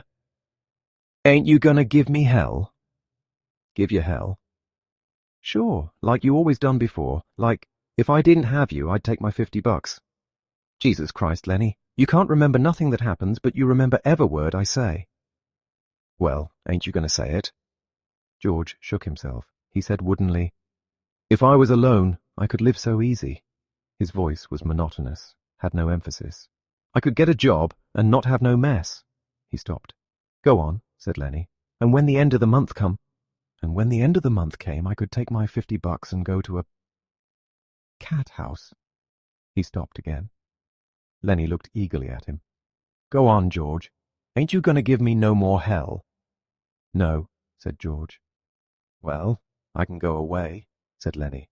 I'll go right off in the hills and find a cave if you don't want me. George shook himself again. No, he said. I want you to stay with me here. Lennie said craftily, Tell me like you done before. Tell you what? About the other guys and about us. George said, Guys like us got no family. They make a little stake and then they blow it in. They ain't got nobody in the world that gives a hoot in hell about 'em. But not us, Lennie cried happily. Tell about us now. George was quiet for a moment. But not us, he said. Because I got you and I got you. We got each other, that's what. That gives a hoot in hell about us, Lennie cried in triumph. The little evening breeze blew over the clearing, and the leaves rustled, and the wind waves flowed up the green pool, and the shouts of men sounded again, this time much closer than before. George took off his hat. He said shakily, Take off your hat, Lennie. The air feels fine. Lennie removed his hat dutifully and laid it on the ground in front of him. The shadow in the valley was bluer, and the evening came fast. On the wind the sound of crashing in the brush came to them. Lennie said, Tell how it's going to be. George had been listening to the distant sounds. For a moment he was businesslike. "Look across the river, Lennie, and I'll tell you, so you can almost see it." Lennie turned his head and looked off across the pool and up the darkening slopes of the Gavilands. "We gonna get a little place," George began. He reached in his side pocket and brought out Carlson's Luger. He snapped off the safety, and the hand and gun lay on the ground behind Lennie's back. He looked at the back of Lennie's head, at the place where the spine and skull were joined. A man's voice called from up the river, and another man answered. "Go on," said Lennie. George raised the gun, and his hand shook, and he dropped his hand to the ground again. "Go on," said Lennie. "How's it going to be? We're going to get a little place." "We'll have a cow," said George, "and we'll have maybe a pig and chickens. And down the flat we'll have a little piece alfalfa." "For the rabbits," Lennie shouted. "For the rabbits," George repeated. "And I get to tend the rabbits." "And you get to tend the rabbits?" Lennie giggled with happiness. "And live on the fat of the land?" "Yes." Lennie turned his head. "No, Lennie, look down there across the river, like you can almost see the place." Lennie obeyed him. George looked down at the gun. There were crashing footsteps in the brush now. George turned and looked toward them. "Go on, George. When we going to do it?" "Ye gonna do it soon? Me and you. You. And me. Everybody gonna be nice to you. Ain't gonna be no more trouble. Nobody gonna hurt nobody nor steal from 'em." Lennie said, "I thought you was mad at me, George." "No," said George. "No, Lennie, I ain't mad. I never been mad, and I ain't now. That's a thing I want you to know." The voices came close now. George raised the gun and listened to the voices. Lennie begged, "Please do it now. Please get that place now." "Sure, right now. We gotta." And George raised the gun and steadied it, and he brought the muzzle of it close to the back of Lennie's head. The hand shook violently, but his face set, and his hand steadied. He pulled the trigger. The crash of the shot rolled up the hills and rolled down again. Lennie jarred and then settled slowly forward to the sand, and he lay without quivering. George shivered and looked at the gun, and then he threw it from him, back up on the bank near the pile of old ashes. The brush seemed filled with cries and with the sound of running feet. Slim's voice shouted, "George! Where you at, George?" But George sat stiffly on the bank and looked at his right hand that had thrown the gun away. The group burst into the clearing, and Curly was ahead. He saw Lennie lying on the sand. "Got him, by God!" He went over and looked down at Lennie, and then he looked back at George. "Right in the back of the head," he said softly. Slim came directly to George and sat down beside him, sat very close to him. "Never you mind," said Slim. "A guy got to sometimes." But Carlson was standing over George. "How'd you do it?" he asked. "I just done it," George said tiredly. "Did he have my gun?" "Yeah, he had your gun." "And you got it away from him, and you took it and you killed him?" "Yeah, that's how." George's voice was almost a whisper. He looked steadily at his right hand that had held the gun. Slim twitched George's elbow. "Come on, George. Me and you'll go in and get a drink." George let himself be helped to his feet. "Yeah, a drink." Slim said, "You had her, George. I swear you had her. Come on with me." He led George into the entrance of the trail and up toward the highway. Curly and Carlson looked after them, and Carlson said, "Now what the hell you suppose is eating them two guys?"